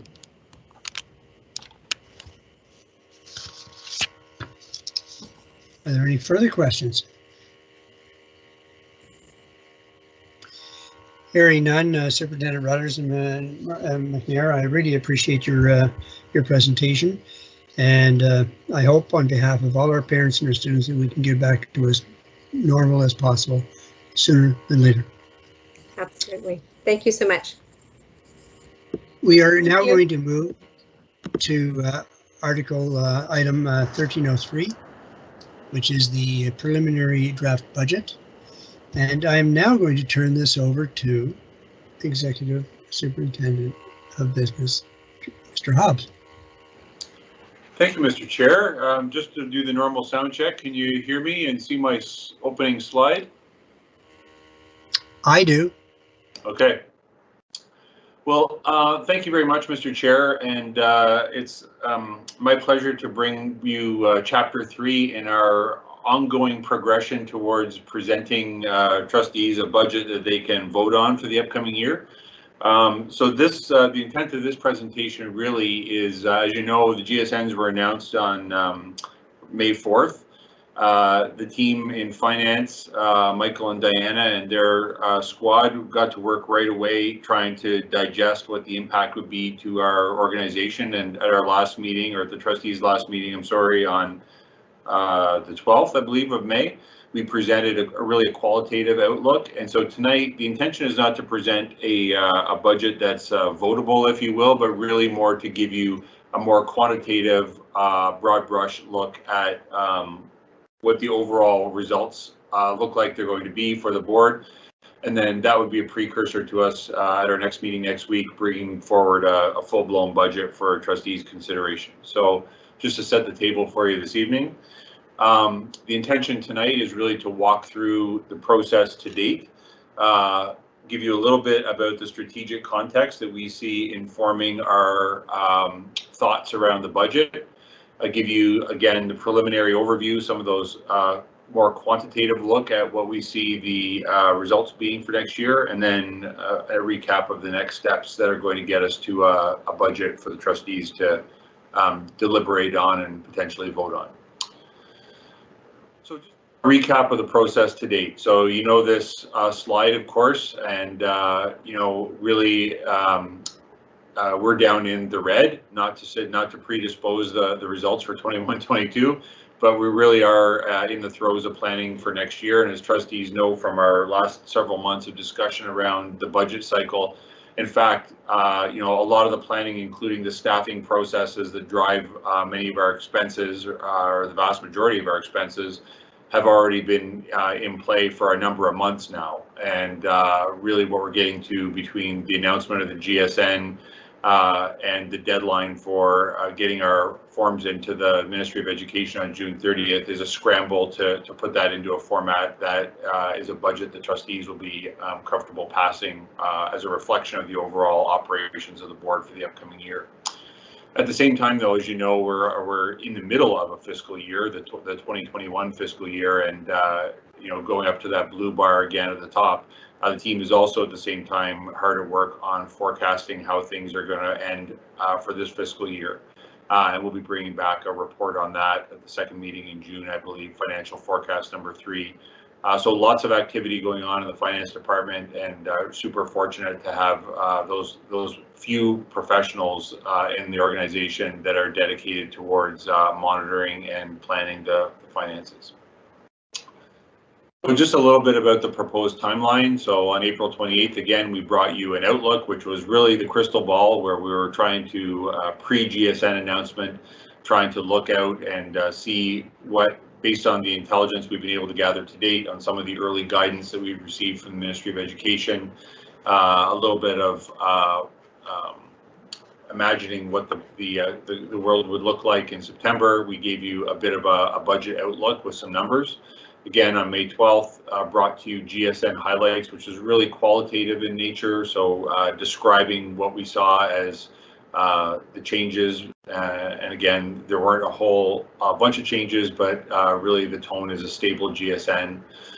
Tonight, we're bringing you this preliminary 21-22 budget, which is going to be more quantitative in nature, but really speaking at a very high level. So overall revenue and expense rather than down to some of the more detail. We're planning to go to SEAC next week to speak very much on what we're speaking about tonight, and then bringing to you next week a proposed 21-22 budget. And just to remind, trustees, It's a bit unusual perhaps this year that we got 2 board meetings a week apart, but to give you a sense, just as we're presenting this presentation for you over the course of the next day or so, we'll be reviewing with the finance team the actual budget presentation for next week. So, you know, even as we're presenting this, we're building the very next presentation for your consideration next week. And then finally, on June 16th, we would make room, should the trustees want the time, to consider the budget again on June 16th. And that leaves us the remaining time in June to do the incredibly exhaustive and detailed work required to prepare the submission for the Ministry of Education deadline on June 30th. So just a little bit about the strategic context, and I think what's really important when we're starting out to think about the budget for next year is, of course, to the extent possible, with the limited room that's provided, thinking about what are the conditions that we're going to be encountering in the next year and beyond, and how do we perhaps want to consider using some of the means at our disposal to make sure that the board is in a position to make sure that we can continue to offer the services that are so important to our students, and to be able to respond to the environment as it changes. So just a little bit about the outlook for 21-22. Again, we feel that the GSNs are going to be generally stable and changing in predictable ways. Generally speaking, what we're seeing is entering into the last year of a collective agreement. The government's following through on its commitments as part of those collective agreements to increment benchmarks where needed, but otherwise very stable. We see ourselves as Superintendents Rudders and McNair mentioned earlier that we expect to have some continued COVID response. So what that looks like is still evolving, but we're increasingly optimistic that we're going to be kids back in person learning, but whether or not there's additional measures, some measure of PPE that's required, some measure of enhanced cleaning that's required, whether there are ongoing heightened sick leave utilization costs, those kinds of things, we see as there will be some sort of COVID response going on into the next year. So within what our planning, we've been thinking about allocating additional funds within our own budget, in addition to what the Ministry of Education has provided. And that's, I'll get into that a little bit as we proceed through the presentation. We also note that, again, as I mentioned, we're going into the last year of collective agreements, and so there are some sources of funding, like system priorities and education worker protection fund, that expire at the end of 21-22 prior to the end of the collective agreements, the current collective agreements. And because the Upper Canada District School Board was a perhaps disproportionate beneficiary of some of those funds, we may need to think about what happens if those funds go away for the next school year, so 22-23, and how would we put aside reserves in order to accommodate that kind of thing should the need arise. What we're seeing happening in the GSN to some extent is that there's greater enveloping and reporting. So trustees are very familiar with lines like, or grants like special education grants and administration and governance grants that have tight restrictions on them in terms of how we can elect to spend and how we have to report on spending. But what we're seeing is that a little bit more of that creeping into the GSN. And sometimes what happens is we always are mindful about making sure we're in compliance with ministry, the use of ministry funds as they've directed. But we do have some flexibility within many of those funds to support the needs of the organization. And what we see here is that there could be a potential with this greater enveloping and reporting of having a little bit less flexibility. And then finally, the post-COVID world. So in addition to uncertainty around how governments are going to respond fiscally as we emerge after COVID, are the spending taps going to shut off, or are they going to stay open? We also know that 2022 is bringing elections, both provincial and municipal, and maybe even federal, who knows, are a end to the current round of collective agreements, and all those things are a bit of a stew that brings us some uncertainty, and we just want to make sure that whatever happens, the board is in a position to respond and sustain those services that are so necessary for students learning, particularly as they're coming back into an in-person environment. So our priorities really for, as we think about putting forward a budget to propose to trustees, is that, again, very similar to what we said last year, is that we want to start with transparency and oversight. Trustees have a fiduciary responsibility to the organization, and we want to provide trustees comfort that they're able to exercise their oversight and decision-making roles in the time available.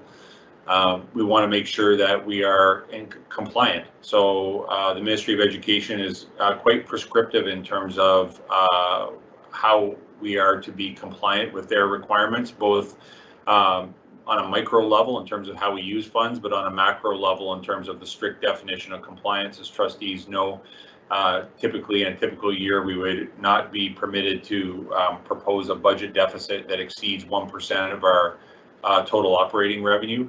That's a bit different in this current year, and again, apparently in the upcoming year, owing to the COVID response. But again, we want to make sure that we're proposing something that will satisfy ministry compliance requirements. And as I mentioned earlier, we want a strategy to address uncertainty and change. So provide the fiscal capacity into the 21-22 school year to respond to that uncertainty, again, through the use of uncommitted funding and reserves to some extent, or contingencies, if you will. I keep reaching for the wrong keyboard here. So a little bit very briefly about the structure of funding. So if any of you have happened to download the technical paper or look into education funding in general, again, the big chunk of the funding that we get, around $25 billion province-wide, is grants for student needs. And the grants for student needs, if you've been around for a while, those used to be called general legislative grants, but for at least one government now, they've been GSNs. And that's composed really of three major components: the GSN itself, the Pupil Foundation Grant, which generally speaking is proportional to the number of students or your student enrollments that you have in your particular board. Then you have the School Foundation Grant, and that really is, again, driven by the number of schools that you have in your board, and deals with things like school administration, for example. And then finally, you have supplemental grants, which are a whole litany of grants and associated allocations with detailed calculations for things like special education and so on. And of the GSN, I would say about half of it is contained within supplemental grants. A little under half is Pupil Foundation Grant, and then around $1 billion or a little more province-wide, I believe, is School Foundation Grant. So a big number, and the vast majority in Pupil Foundation and supplemental grants. In addition, we get PPFs, which are Priorities and Partnerships Funds. I can never remember whether it's which P goes where, but PPFs and transfer payments represent a whole set of other grants that really reflect what the government of the day's policy priorities are in terms of funding education. And those, many of them are certainly announced concurrent with the announcement of the GSN, but they will also oftentimes announce a province-wide number, for example, for a particular priority, but they won't tell the boards what their allocation is. And in fact, new PPFs will trickle in throughout the course of the summer, and maybe even into the school year as well, as we saw this year. And then finally, capital funding, which we talked about briefly in another presentation around design and construction capital at the May 12th meeting. Really does not sit on our statement of operations or the operating budget that you would see, but really goes into the all the funding that's associated with building new schools, building additions, and so on. So that gives you a sense of the overall structure, and what you would see just by virtue of the scale is that the vast majority probably of our time over the course of this presentation and subsequent weeks will be focused on the GSN and those related grants.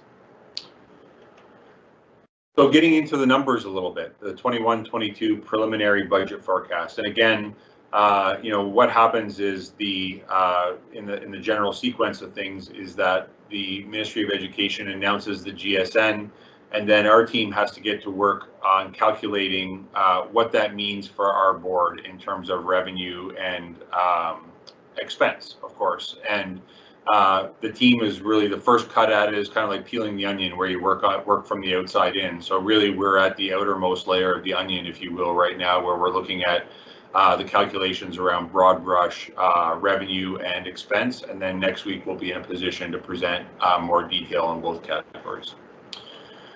So just a brief executive summary is that we're going to provide you a preliminary draft budget for 21-22. The funding remains stable with continued funding support for key commitments, along with some really welcome supports for continued COVID response measures. And again, throughout the course of, if you think back to this time last year, when the GSN was announced, there was a very small amount at the time that was announced for COVID response specifically. There was some for mental health and a little bit for technology, but very, very small amount.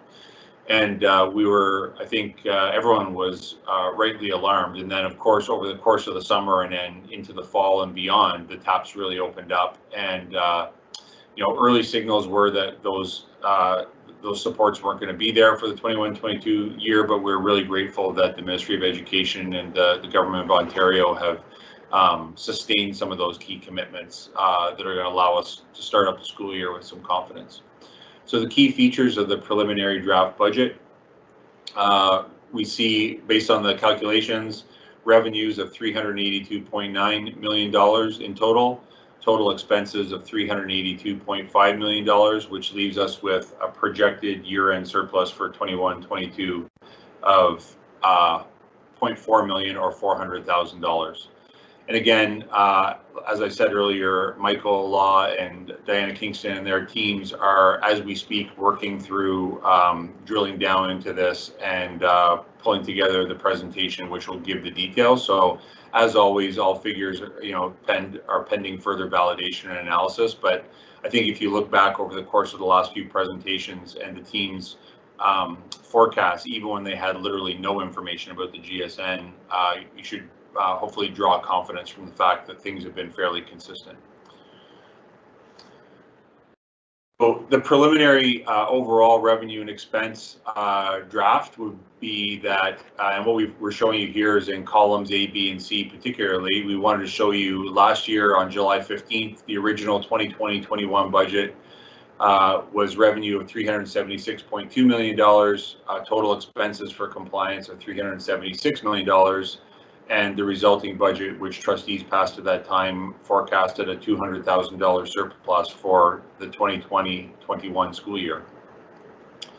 Back in April 28th, if I move on to column B, back on April 28th, the team put together their crystal ball look at pre-GSN, what they saw as being the look for 21-22, and forecasted revenues of $371.8 million and expenses for compliance of $371.2 million, which would result in a budget surplus for the upcoming school year 21-22 of $600,000.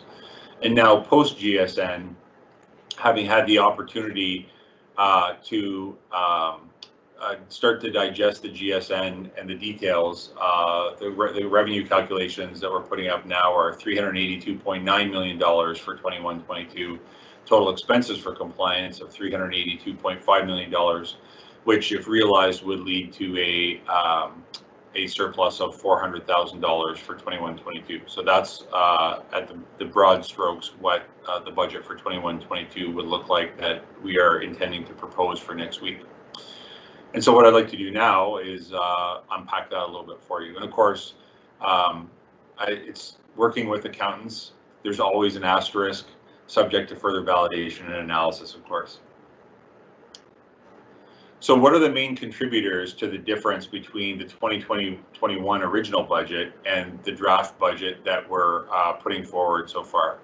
So back in April 28th, when we showed you our initial budget outlook, for 21-22, the second column of this table on slide 13. As you know, one of the things that we did this year, and based on the experience of going into COVID last year, was that we were extremely conservative with regard to forecasting our enrollments for 21-22. And that was driven by a couple of reasons. First of all, as you will recall, last year in 2020, between the time we passed budget and September, there's quite a precipitous drop off in terms of the enrollments. And what really saved us from that was that the ministry stepped in, recognizing that many boards were experiencing the same thing, and provided us stabilization funding to make us whole, so we wouldn't have to do any kinds of cuts or major reorganization as a result of lower than expected funding. This year, however, the ministry signaled early on that that stabilization funding would not be available, and therefore we should plan conservatively, at least initially. So in our original 21-22 budget outlook, you'll recall that because we're forecasting fewer students at the start of the school year, being super conservative, that would result in about $6.9 million in lesser revenue. Moving over to the next column, what you see happening now is in this preliminary draft budget, the team has done the calculations, and instead of $6.9 million being down in funding, it looks like only quote unquote $6.8 million down in funding. So again, I think that it's a real tribute to the finance team that they're able to look into the crystal ball and come that close without any GSN information. So moving on to row 2 then. Again, SIP revenue, everyone's familiar with the role of the special incidents portion revenue in special education, which is an application-based process for securing revenue to support kids with high needs. That's going to be in compared to the 2021 budget, we're forecasting to be up $2.3 million, and that's really driven by, again, trustees will recall last year at this time, we had put in $3.1 million worth of SIP applications, but had no experience to know whether we would be successful in having all of those applications funded. Fast forward a year, we now know that we've had a couple of years of success under our belt, so we're comfortable budgeting the full $3.1 million, whereas last year we only budgeted about $750,000. So that means an increase in revenue of $2.3 million compared to the budget that we put forward in 2020-21, which is of course good news. And again, back when April 28th, when we were doing our crystal ball look, we were anticipating that we'll get that $2.3 million in additional revenue compared to 2020-21 budget. And here we are with our preliminary draft budget, still anticipating we'll get that $2.3 million. Line 3 really represents, when fewer students show up, we lose funding, but we also have less expense because we don't have to provide teachers and associated supports for those students. The problem is that in some cases, the expense doesn't decrease as fast as the revenue does. So really what you're seeing here is because of our reduced enrollments, the net effect broadly is that we're going to have about $3.8 million in lower expenditures. That was our forecast for in the budget outlook of April 28th. Doing the calculations, it looks like our expenses will only be reduced by about $3.3 million for next year. So that's our calculation based on the actual GSN. Again, row 4, contingency for COVID-related expenses. The team has put together a number of contingencies, as I discussed earlier. The ministry has signaled that largely things like PPE will continue to be made available for MGCS through MGCS, Ministry of Government and Consumer Services, to the extent that PPE is actually needed. But we do expect that there will be some costs that we will need to bear, just as there was this year, out of our regular operating budget. That could be everything from the need for increased replacement staff as a result of increased sick leave utilization, to the need to purchase some of our own PPE, to increased need for cleaning supplies. So things that wouldn't be covered by any of those ministry supports. The forecast that the team has put together is $2.2 million as a contingency for COVID-related expenses, knowing this year that we had, I think, upwards of $17 million in COVID-related expenses, not counting stabilization funding, most of which were covered by ministry supports. We feel $2.2 million is not unreasonable. Again, line 5, trustees will be aware that over the course of the last almost decade, if not more, the board has been annually incurring an expense to support a liability associated with providing retirement gratuities to those people who still may have entitlement to them in the future. That really, for us, that comes to an end in 21-22, and as we've discussed in the past, that represents around a $3.9 million decrease in the expenses that we're going to have to take on. So that's good news. And then finally, trustees are aware that the Kempville Apprenticeship Project, that's one of those, it's a marquee flagship project for our organization, important to our communities and high visibility across our communities and across the province. That's due to some assiduous pencil sharpening. Instead of a $500,000 increase in expenses next year, it looks like it'll only be around $300,000. So essentially what you're seeing is that, you know, in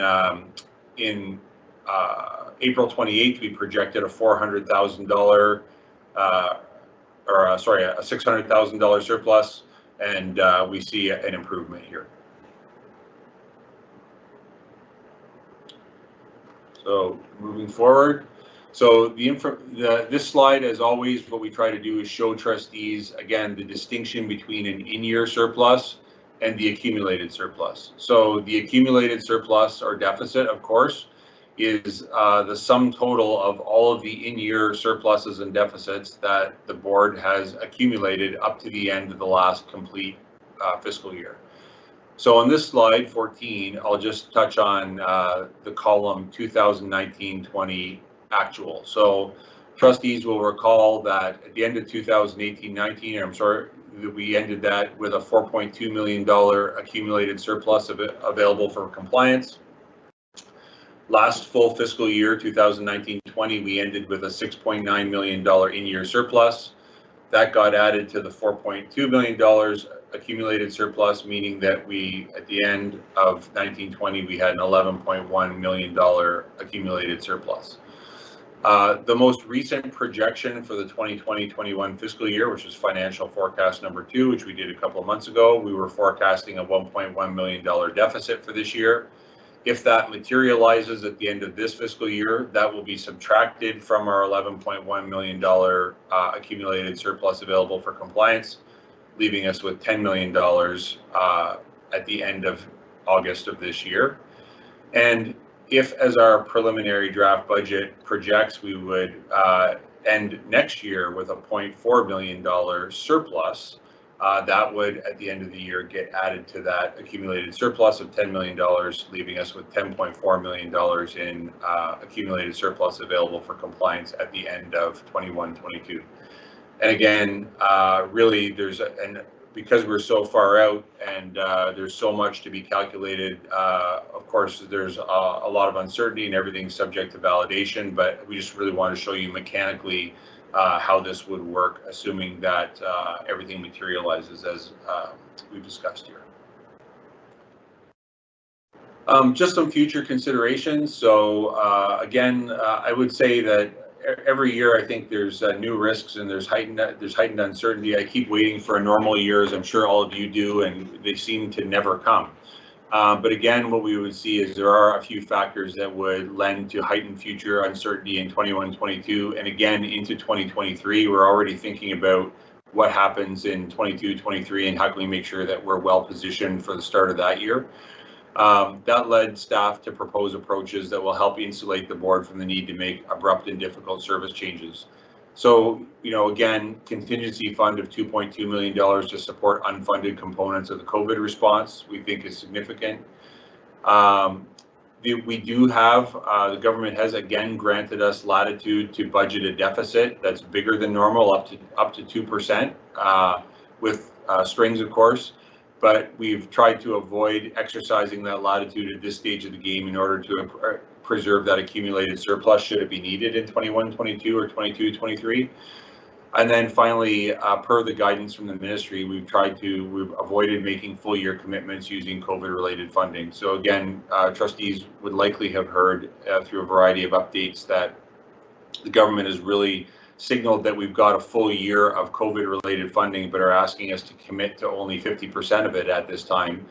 And they haven't said that they're going to claw it back if it's not needed, but you know, certainly that will be the implication that I would take away from it, which is not making commitments to use COVID-related funding throughout the entire year if we can possibly avoid it. So again, we're always conservative, but just again, feeling like we want to make sure that as we go into the summer and into the fall, that financially, at least, we're leaving the board with means to respond to the conditions as they arise. So in summary, the preliminary draft forecast includes, of course, pending complete calculations, revenues of $382.9 million, expenses of $382.5 million, projected year-end surplus for 21-22 school year of $400,000 or $0.4 million. Based on the preliminary calculations, the budget's expected to be fully compliant with all ministry requirements. It includes a $2.2 million contingency for unfunded COVID-related expenses. And the 21-22 draft budget for consideration and potential vote, should the trustees so choose, will be presented on June 2nd, 2021. And it'll include a comparison statement of operations, so full-blown statement of operations, revenue and expenses. We'll give you a detailed breakdown of the in-year and the accumulated surplus and deficit, and give you the budget booklet, which is really the flagship output from our budget guru, Michael Law, and it will speak to the detailed budget components. But we really tonight wanted to take the opportunity to give you what we see as the emerging story to set the table for next week, and really thank you for your time and consideration. Thank you. Thank you very much, Superintendent Hobbs. Trustees, do you have any questions?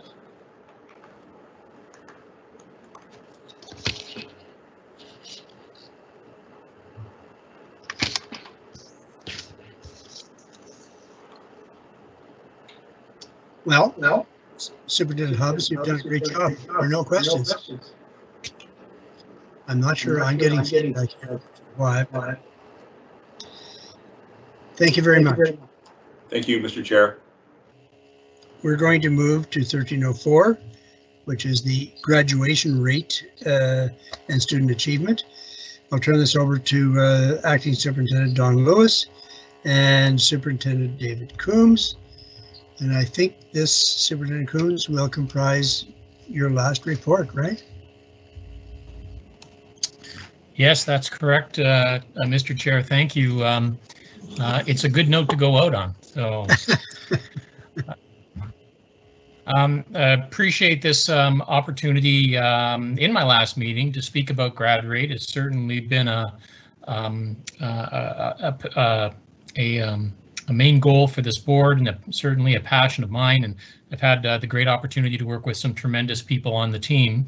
Normally this time of year in late May we would not be bringing projections forward for grad rate, but I thought we would take this opportunity to give you a bit of a heads up. This has been a very unusual year.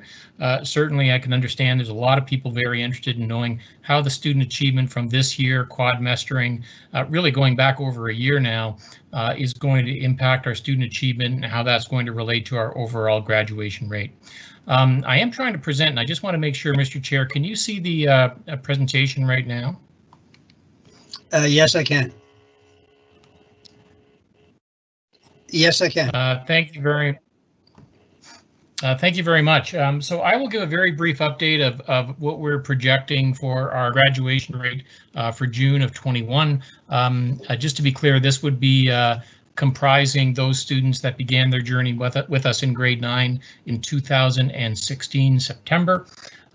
So this would be our 5th year cohort, and looking at our preliminary estimates of what that final number will be. After I have done that, I will turn it over to my esteemed colleague, Superintendent Don Lewis. Don is going to be picking up the mantle of this work and carrying it forward into September, and he will be giving an update on Quadmester 3 student achievement rates. And then, of course, we'll have time to take any questions from trustees. Every time I do present this, I always have an asterisk beside what we are projecting, and that's because you know, this is certainly a moving target. There are things that we have no control over. For example, those students that have left us for other boards, we have no control on how they do. but we do have a historic estimate that we do use from time to time, adjusted on an annual basis.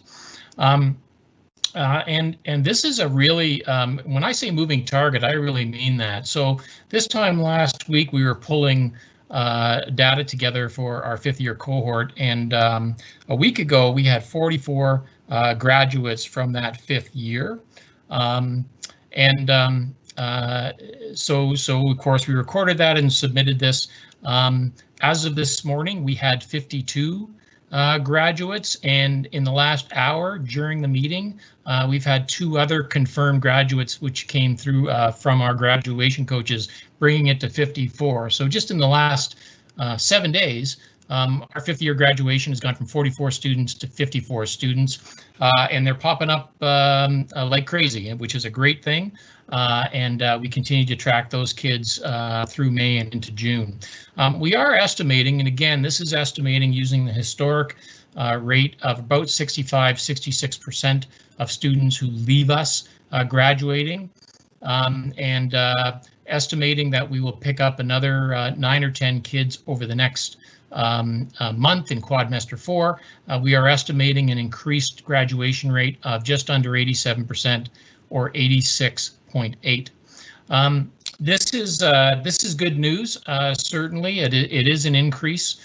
We hope to see. Of course, we won't have really firm numbers until the fall of 21, October, November, and at that time, Superintendent Lewis will be bringing those numbers to your attention. The reason for this optimism is certainly increased credit attainment. We've outlined that for quadmester 1 and 2. And without spoiling the surprise, quadmester 3 is looking similar. And so, of course, now we are halfway through quadmester 4, and we are certainly hoping that this this good achievement rate, especially at the grade 11-12 level, continues going forward. I want to put this in some kind of context, and I have mentioned this before. If we consider all the boards in Ontario, the graduation rate is around 87%, the average board graduation rate. But if you consider only English public school boards, and those are the boards where every student gets to go, and I've said this before, but in our board, out of 4 boards within the Eastern region, we are the only board that gets to take every single student. There is no religious or language test for students to come to our schools. The only thing that a student has to have is a residence within our boundaries. And so if you do that comparison to other English public school boards, that average over the course of the last year was 82%, and so we are almost 4% over the provincial average with other English public school boards. I say that keeping in mind, I do think 90% is still a realistic goal and a worthy goal for this board, but I do want to put our graduation rate in some kind of context. We've also been really fortunate that we've been increasing our 4-year graduation rate. I mean, this project really began as focusing on those 5th year graduates to make sure that we get them over the line. But the whole intent was that we would learn things in that 5th year, and we would be able to push some of those strategies farther upstream, if you will. And we have been seeing a steady increase in our 4-year graduation rate, which is certainly welcome. Again, we always continue to track our kids who go past their 5th year. The great thing about Upper Canada is we have an outstanding alternative education program in TR Leger, and we continue to track those students and celebrate their success. Even though they don't count towards our ministry graduation rate, it is terrific to be able to look back and still help those students who are 19, 20, or even 21 years old achieve that graduation certificate. Mr. Chair, that's a very brief update. I'm now going to turn it over to my colleague, Superintendent Don Lewis, to update you on quadmester 3 results. Don? Thank you, Dave, and I just want to confirm that you can hear me. Yes, I can. Yes. Okay, and through you, Chair, we're pleased to share with you our results, as Superintendent Combs mentioned, with regards to our credit attainment from the end of quadmester 3. We have continued to see a slight uptick in our credit attainment rates from quad 1 to quad 2, when the overall success rate was a tick over 93%, and on to quad 3 now, where our overall success rate across all grades was just under 94%. These represent an increase over a similar time frame from our semester system in previous years. The current slide shows the success rate for students learning in person, and these results mirrored what we observed in quads 1 and quad 2. As we know, and as referenced earlier by Superintendent Rudders, the closer our learners are to our teaching staff has led to our highest success rates. Moving on to the next slide.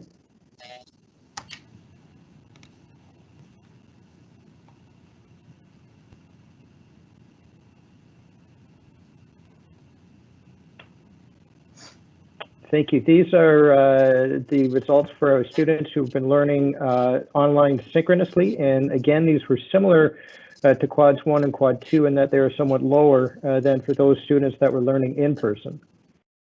And moving on to the next slide. These will show our results for students across grades 9 to 12 who have been learning through our virtual school. And while they again are somewhat lower than in person, they represent an almost 10% increase as compared to quadmesters 1 and 2. And this aspect helps to explain the overall increase from quads 1 and quad 2 onto quad 3. And connecting with staff at our virtual school, they have shared that this increase was likely due to the lessons learned from quad 1 and quad 2 moving into quad 3 in terms of the provision of student success and virtual special education supports, as well as with the connection with support from our grad coaches at the students' home schools. Moving on to the next slide. This provides a summary of all 3 modes of learning. The line at the top is for those students learning in person. The line below represents our overall levels of achievement for students learning across all models. And the bottom 2 lines are for those students learning either synchronously or through our virtual school. As shared on the previous slide, there is a greater gap between these learning models for quads 1 and quad 2, and now the results are similar, and as can be seen on this, are slightly higher for grades 9 and 10 at the virtual school. We thank you for the opportunity to provide these updates on our current grad rate and credit attainment rates for quad 3, and would be pleased to answer any questions from the trustees at this time. I have a question through you, Chair. Go ahead, Trustee Schooler. I'd be interested to know if you could break these numbers down according to gender. For example, what percentage of the, I think you said 85% are male, what percentage are female?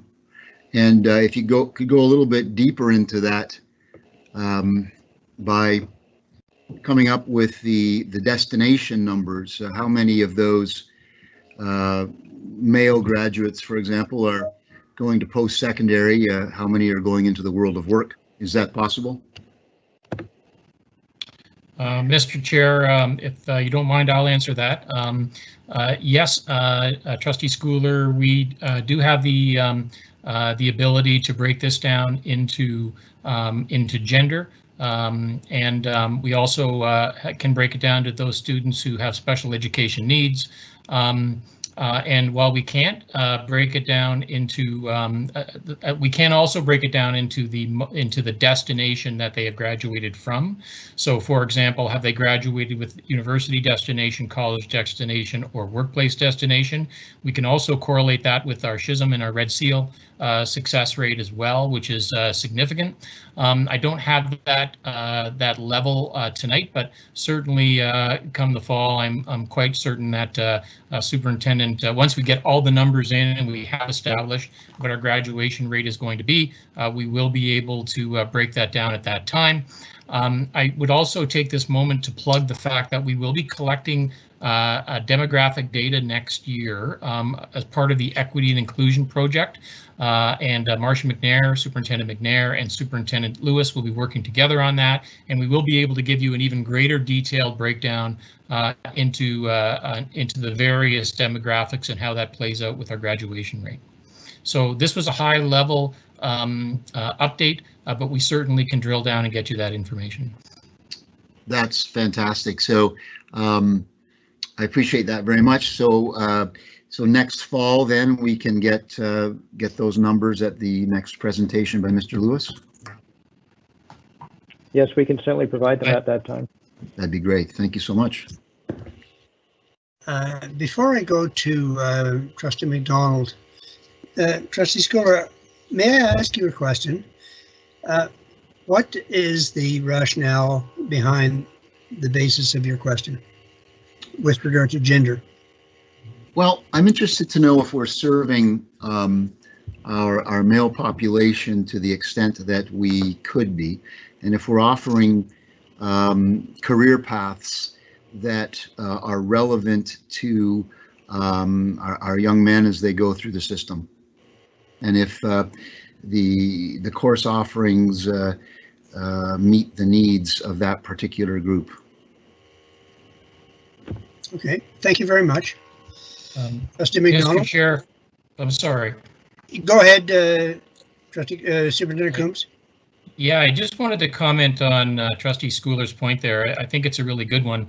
One of the things that we are going to, we have successfully obtained from the ministry is additional funding specifically for the what they call the hard technologies as part of our SHISM programming. And we have received over and above 28 additional sections specifically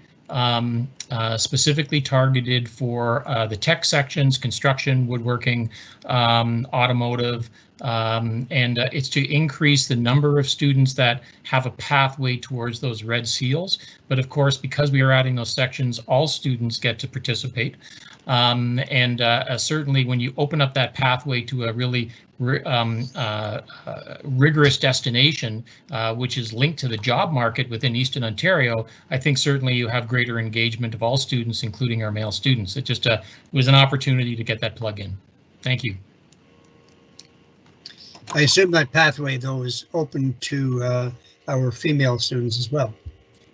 Indeed, in fact, that is a goal of the ministry, is to encourage more girls to get involved in the trades and seeking that destination. Thank you. Trustee McDonald, you have a question? Yes, thank you, Mr. Chair. I just on some of the pieces that were raised just recently, I think that leads well into the discussion that we've had around our budget planning process and how we would use the fall to look at data to support the work that we're going to do around our strategic plan, board work plan, and then into the budget. So, you know, hopefully when we are thinking of these types of things, think about the process that we just talked about, and it's not, you know, everything we're doing is not one-off. It's all aligned into the process that we've developed so that we can, as a board, decide how we want to work on our priorities. My question for I'm assuming Superintendent Combs, and you know, had to get the last one in there, Dave, for you. My question is around grad coaches, and we've talked a lot and we've heard a lot about the success that we've seen as a result of grad coaches. Can you give me some insight into how grad coaches are going to be utilized moving forward, and what does that look like for the school year 2021-2022? Are we increasing them? Is it status quo? What's changing? If we have set as a goal, a priority, that we want to increase grad rate, we see that the success of a grad coach is there. How are we supporting that, and what does that look like in the future for grad coaches in schools? Thank you, and through you, Mr. Chair. And so this year we have 2 centralized grad coaches. One works with the East and one works with the West. When I mean centralized, they're not located in one school. They move between schools, spending a lot of their time at TR Leger sites around the board. We've had 7 grad coaches which have been tied to schools, and that includes 7 of the schools. 2 are TR Leger, Smith Falls, TIS, CCVS, St. Lawrence, and Almont. This year, we are going to be having 4 centralized grad coaches, and so we'll be able to split the board up into quadrants. Those grad coaches will be able to, as we've mentioned before, they will be itinerant. They will be able to follow the student if they go from if they go from St. Lawrence and they transfer mid-year to Tierra Leger at Cornwall, the grad coach will follow them there. Those students are all funded. Those grad coaches are all funded internally through GSNs. We have not added further grad coaches at this time.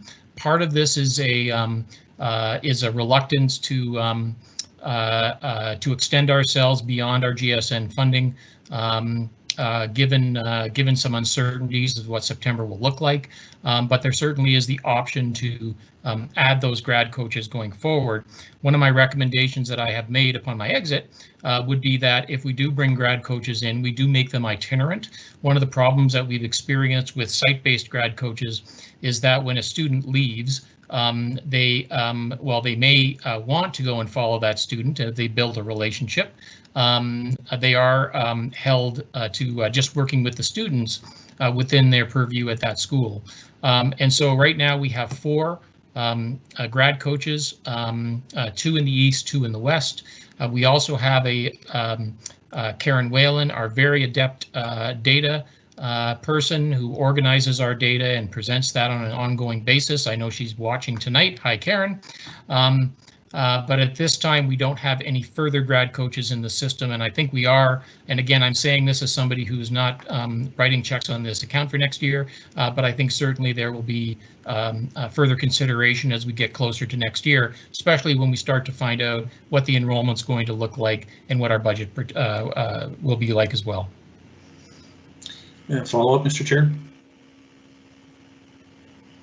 Go ahead, David. And I appreciate that, Superintendent Combs. I respect that we're going from what it sounded like, I think it was 9 down to 4 to do that. And I guess I'm concerned that when the board makes it a priority that we've seen success based on grad coaches being in schools because it's important to develop relationships. But now we're going to move it to itinerant, and we haven't moved the needle enough in the past, and that's why it continues to be a priority for us to increase our grad rate. Yet it seems like we're going to regress on the support that we're going to provide to schools on the chance that some kids might move from one school to the other. I'm not sure that we're going to see students moving from Brockville to Cornwall. So, you know, I think that we need to make sure that we're supporting our students where they're needed. So I'm hopeful that as we go through the budget process and into the fall that we re-examine this, because I think this is going to impact what we have determined to be a major priority for us, and I'm not sure that we're going to achieve an increase in our grad rate if we start to pull back on the supports that we have, and in fact change the model that we would have had in the past when we're building relationships. So I'm hopeful that we as a board can have further discussions on this through the rest of this school year and into the fall to ensure that we're supporting our kids. Thanks, Mr. Chair.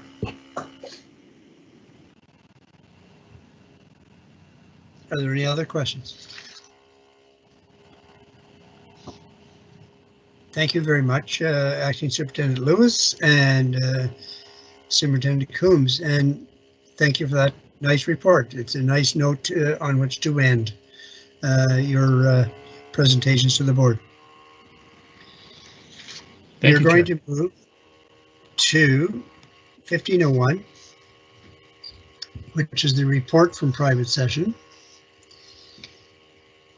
At its Committee of the Whole meeting in private session of May 12, 2021, 2 personnel matters were discussed. Due to a time-sensitive matter, 2 recommendations were brought forward to the board on May 12, 2021.